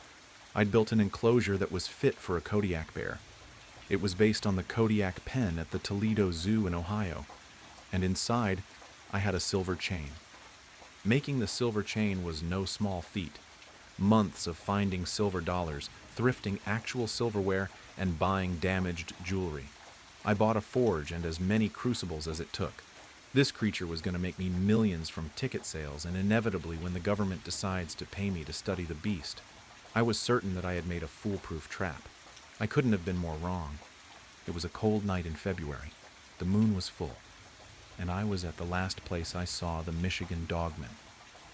I was armed with a rifle loaded with elephant tranquilizer, and I was walking down Wayne's old road. The moon was full and bright. The stars paled in the brilliance of the silver glow. With the snow in the woods and on the road, I had no problem seeing. Tied to the back of my belt, on a 15-foot length of rope, was a sack full of deer entrails. I was dragging it behind me the same way a bass fisherman trolls a lake with a plow jockey. I heard wolves howling in the distance. They knew where I was, but I hadn't gone there for them. I was after the bigger fish. I was so consumed with my hatred for the beast, overwhelmed with my desire for revenge, blinded by my pride and love of money. I was going to win. Then I heard it, a cross between a bear's growl and a wolf's howl. I felt a tug on my rope and I stopped. My heart pounded, not with fear, but with anticipation, a craving that I can only compare to the craving for another hit of tar. I turned and saw the dogman holding the sack in his paw. Although his XPR 66 was hard to read, I felt as though he were smiling at me. I smiled back, euphoria sinking into my bones. The world slowed down. I felt higher than a kite. Me, you're coming home with me. Then it spoke. Dogman, I'm not going anywhere with you, Brent. There went the naturalistic explanation. I know what you're thinking. You're probably thinking, Brent, you idiot. Why are you doing this? And I would answer back to you. Why do you drink when even one damages your liver? Why do you smoke when you know it'll damage your lungs? Why do you smoke weed when you know it damages your brain? It's because you think you're special, that you're the exception to the rule. I wasn't. You're not either. I laughed as I raised my gun. I pulled the trigger and the tranquilizer dart slammed into him with a shunk. The beast took a step forward. I fired again. Shunk. 2 more steps. I fired some more. Shunk, shunk, shunk. The dogman faltered. He took a knee. He got back up. I unloaded. Shunk, shunk, shunk, shunk, shunk, shunk. Although he was knocked out, I was extra careful. I put a silver muzzle on his mouth, silver shackles on his arms and legs, and chained him to the nearest tree. I walked back to my truck, drive back to him, and used my winch to get him in the bed of my truck. The next day, after I'd caged him, I called my family, Coach, and Wayne's family to come see. I thought that if this was a werewolf, he'd turn back into a human. But I guess over the centuries, details had been changed. Apparently the wolf form was a permanent change. When they all arrived, I brought them to the enclosure that I had dramatically curtained. Me. After all these years, I found him. The one who destroyed our lives. The one who took Wayne from us. With a flourish, I tore the veil from the cage, and they beheld the Michigan dogman.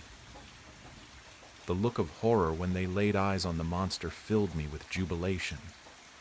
That was only interrupted when I heard Wayne's mom, Jen, speak. Jen, Wayne? I spun around and there he was. Wayne. He was entirely naked. He was chained and bleeding. He was crying. I immediately swung the gate open and unbound him. Me. Wayne, are you okay? Before I could hug him and get him a blanket to cover up, he began to laugh. His skin sprouted fur. His bones began to snap and crack as he stretched into a horrible shape. The skin around his mouth tore as it elongated into a snout. He grabbed me by my throat and flung me into the cage. My head slammed into the wall and everything went black. When I awoke, I saw a bite torn into my thigh. I then looked out of the bars and saw the mess. My family's, Coach's, and Wayne's family's bodies were twisted and gored. Their entrails were woven into a grotesque message. I vomited as I beheld the scene. I stood back up and read the bloody message. Please forgive me. It's my fault he died, honestly. I'm 16, and I was supposed to be watching him outside. We live out in the countryside. Some southern county no one cares about in the middle of bumfuck nowhere. And Rudy is always allowed to go out without a leash because he's trained to not go too far and come right back after doing his business. He's a chocolate lab with a red collar and the biggest, sweetest wet eyes you've ever seen. He was, at least. I let Rudy out after putting in a pizza, home alone since my parents were at work. As he played around our large property, I sat on the porch and watched videos on my phone. Suddenly I jumped up, having forgotten about my food, and ran back inside. I'd burnt an entire frozen pepperoni pizza, and I was cussing up a storm, taking it out the oven and trying to figure out what I was going to tell my parents so I wouldn't be scolded for wasting food. I forgot about my dog for a while and rummaged through the fridge for something else to eat as the sun went down. That's when I heard the most god-awful sound. Tires screeching on the road at the end of the driveway, a vehicle grinding to a sudden halt, just as the loud, pained yelp of our family's best friend rang out in the humid evening air. I ran out the house, across the lawn, down the drive, and fell to my knees where Rudy was lying on the road with his chest and stomach caved in. The car was gone, speeding down the road, leaving tire tracks and gore over poor Rudy's crushed abdomen.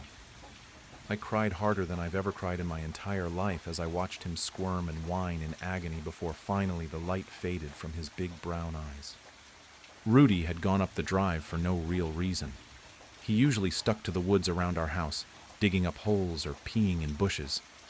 He never had interest in exploring the road, and he never once tried. If I had told him to come in already, he would be alive to this day. My parents mourned deeply, and I had the sense they were blaming me as well. A week passed and we tried to move on. But then one evening I went outside to walk around the yard and talk to my friend from school on the phone. We were laughing about something or the other, and I was enjoying the cool breeze on my skin as the sun set overhead, when suddenly I had this weird feeling, the feeling you get when you're being watched. I looked around, then my eyes fell on the driveway, which was surrounded on both sides by trees and curved sort of to the left, so that you couldn't see the road from the front lawn. What I could see, however, several yards away, was a chocolate lab standing still as a statue at the bend, under the shadows of the trees. One with a red collar, tire tracks imprinted on his side, blood-soaked fur, a completely crushed and mangled face, and entrails hanging from his gashed-open stomach. My breath caught in my throat, and I felt like time went to a standstill. My friend asking me if I was still on the phone became white noise as I stared at what seemed like Rudy, and he stared right back, unmoving. We had buried him, far out in the woods where he couldn't be seen from our property, as a reminder of what we lost. He was definitely dead. There was no doubt about that. Was I hallucinating? It was starting to get dark after all. Maybe my imagination was playing tricks. I turned away from the horrible sight as I choked back a sob. I rubbed my eyes, and after taking a deep breath, I looked again. He was gone. I returned to my phone call and quickly went back inside the house, choosing to play it off as my mind fucking with me due to the guilt of Rudy's passing. But things were never the same after that. Since my parents are too busy working to drive me, I catch the bus each morning to school. That means walking all the way down our winding driveway and waiting at the spot Rudy was hit for that yellow bus full of obnoxiously loud teenagers to pull up. Every time I walked down the drive, I felt uneasy. The trees lining the gravel path on both sides blotted out the sun and covered me in shadow. Nature was silent and still, when usually birds were singing and squirrels were skittering up trees. I felt like I wasn't alone. I waited for the bus and I felt the skin on the back of my neck burn. I turned around and saw him, closer this time. Rudy. His corpse just stood there and watched me. He didn't so much as twitch, blink, or move his tail. I didn't know what to do. He was blocking the way back home, and the house across the street was for sale, meaning the closest neighbor was yards away. An overwhelming sense of fear enveloped me, and I staggered back into the road, expecting him to move at any moment, to lunge at me and attack. After all, if he wasn't some sort of zombie, then what was he? The school bus screeched to a stop dangerously close to me, and this scared me so bad I screamed and fell back on my ass in the middle of the road. I had been so terrified that I didn't even notice it approaching, and apparently the driver hadn't noticed me until the last minute for some reason. When I got my bearings and stood up, I felt utterly flustered. I looked away from the driver's angry face in the windshield to the driveway, and Rudy had vanished again. When I got on the bus, the driver yelled at me, asking if I had a death wish, and a few of my classmates made fun of me, but I didn't care. I was absolutely terrified. My dog was haunting me, and its presence felt hostile, like it wanted me to suffer the same gruesome fate since I couldn't help him. I wasn't able to focus on class at all that day. When the bus dropped me off that afternoon, I stood and waited until it left, then booked it down the driveway. I felt silly, but at the same time, I didn't want to be there long enough to see him again. When I ate dinner with my parents that night, I was distant and moody, and my mom noticed. "I made your favorite dinner, and you're just pushing it around with that glum look on your face," she had said. "Honey, what's wrong?" I told her that I was hallucinating Rudy in his post-mortem form at that. I could tell by the looks on my mom and dad's face that they were intensely uncomfortable at the subject. They had been close to Rudy too. He was an old dog, and they had adopted him just before I was born. Yes, he was that old. I just wish I'd stopped seeing it. I finished my vent with that. After a short moment of silence, Dad grumbled without even looking at me. "Son, you've been watching those freaky movies at night and barely getting any sleep. You can't be surprised you're seeing zombies when you're running on 3 hours of sleep and marathoning every zombie movie ever made." "Your dad's right," Mom agreed when she saw the way my face balled up in frustration. "Plus, you've been sleeping past your alarms and missing the bus almost every day now. I want you to start going to bed earlier and take a break from the horror genre in the meantime, okay?" "Yeah, okay." I thought that maybe they were right. I mean, Dad was definitely exaggerating about the 3 hours of sleep thing, but I probably should lay off the scary shit for a while. I don't think I could stomach it anyway, after what's been happening. Despite me following my parents' advice, things got worse. I heard scratching at the door at night, and the whimpers and whines of a dog. My bedroom is on the first floor and closest to the front door, whereas my parents slept like a log upstairs. Even if my mom wasn't a heavy sleeper, she probably wouldn't be able to hear it over the sound of Dad's booming snores that reverberated through the whole house. I laid there in bed, too scared to get up and check it out. I knew there shouldn't be any dog out there. As far as we knew, no one around us owned dogs. Still, I told myself a neighbor's dog got out and had snuck into our yard so I wouldn't shit myself. Let me tell you right now, I'm not a horror movie protagonist, I'm a coward, and I'm not the type to go investigating. I run and hide, I don't fight. So no, I wasn't going to creep into the kitchen and peek out the window to see what the hell was pawing at our front door. I did not want to see my dead dog again. But as I listened to Rudy whine and whimper, I thought something sounded off about his voice. I can't describe it. It just didn't sound like him. It was a bit gruff and a little too deep in pitch, like a mockery of our dog. Then again, he was dead, so I understood his vocal cords weren't going to be in good shape. Or maybe his body was possessed by a demon. Either way, the thought of this made it very difficult to fall asleep. Paying attention at school was starting to become harder than ever before as I lost sleep due to this. My grades suffered, and my parents were threatening me with therapy, or grief counseling as they called it. If anyone at school somehow got wind of that, I'd be cooked. I could already imagine what the guys would say. It all came to a head when one night, the scratching and whimpering started up again. I decided that I had had enough and stormed out of bed towards the kitchen. I was going to be a horror movie protagonist if only to get some sleep, I'd decided. After a few stomps towards the direction of the front door, the sound stopped, as if Rudy or whatever it was heard me coming. I started to lose my nerve. When I got inside the kitchen, I tiptoed to the window and craned my neck to look out at the porch. My blood ran cold. Rudy stood unnervingly still on the porch, facing the window. He looked deader than a doornail, and now that he was closer, I could see his hollowed-out eyes and how his gray tongue hung limply out of his dislocated jaw. I jumped back and yelled, running upstairs to wake my parents. I could barely formulate a sentence as I shook them awake, sweaty and terrified. Dad led the way, wielding a Louisville Slugger, and Mom and I stayed at the top of the stairs. A phone clutched tight in her hands in case she needed to call the police. We listened tensely as Dad threw open the door, shouting. However, there were no sounds of any altercation to follow it, just some confused mumbling from him. We met him in the kitchen a few minutes later, and he told me there was nothing out there. "What did you say you saw again?" Mom asked me, looking skeptical. "A man?" No, not a man, I began. You said he's out there, Dad snapped. I meant he, as in Rudy. I watched them give each other looks, my face getting hot as I realized how this looked. Dylan, we all miss Rudy, Mom said with a sigh. No, it's not like that, I begged. He's been haunting me. He shows up. It's your guilty conscience. Dad cut me off, a mix of frustration and concern on his face. I have nothing to be guilty about. It was an accident.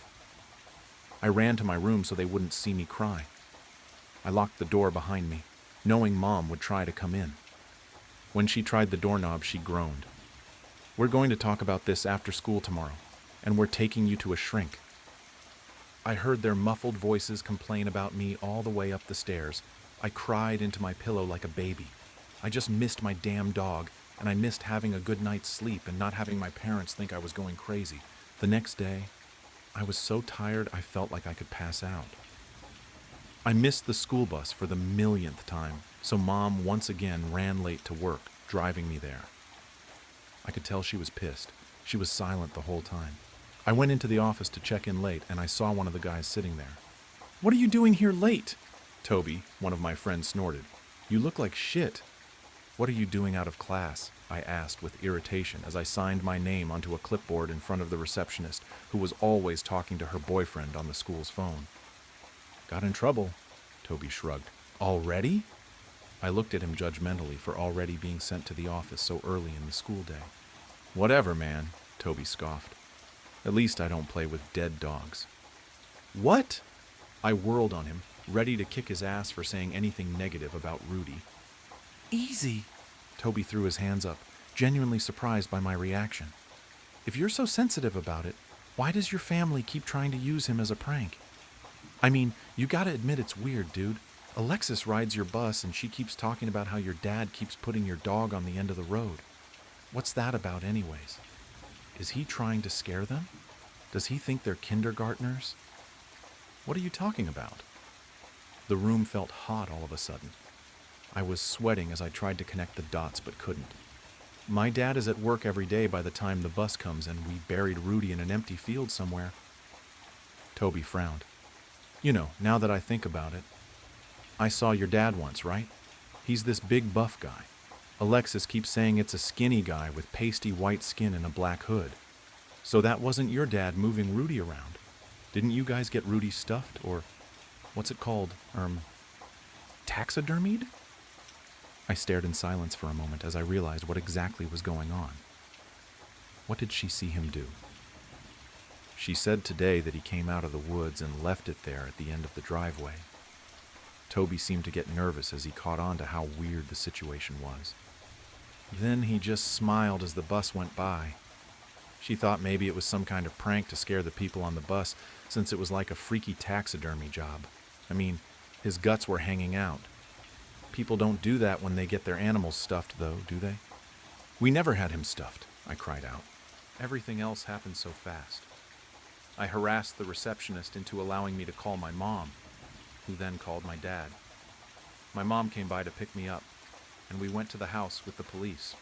They searched everywhere and found that Rudy's grave had been dug up and that someone had been hiding under our house. That's where Rudy's body was found. The man had left him under here when he heard me coming and hid himself in there too.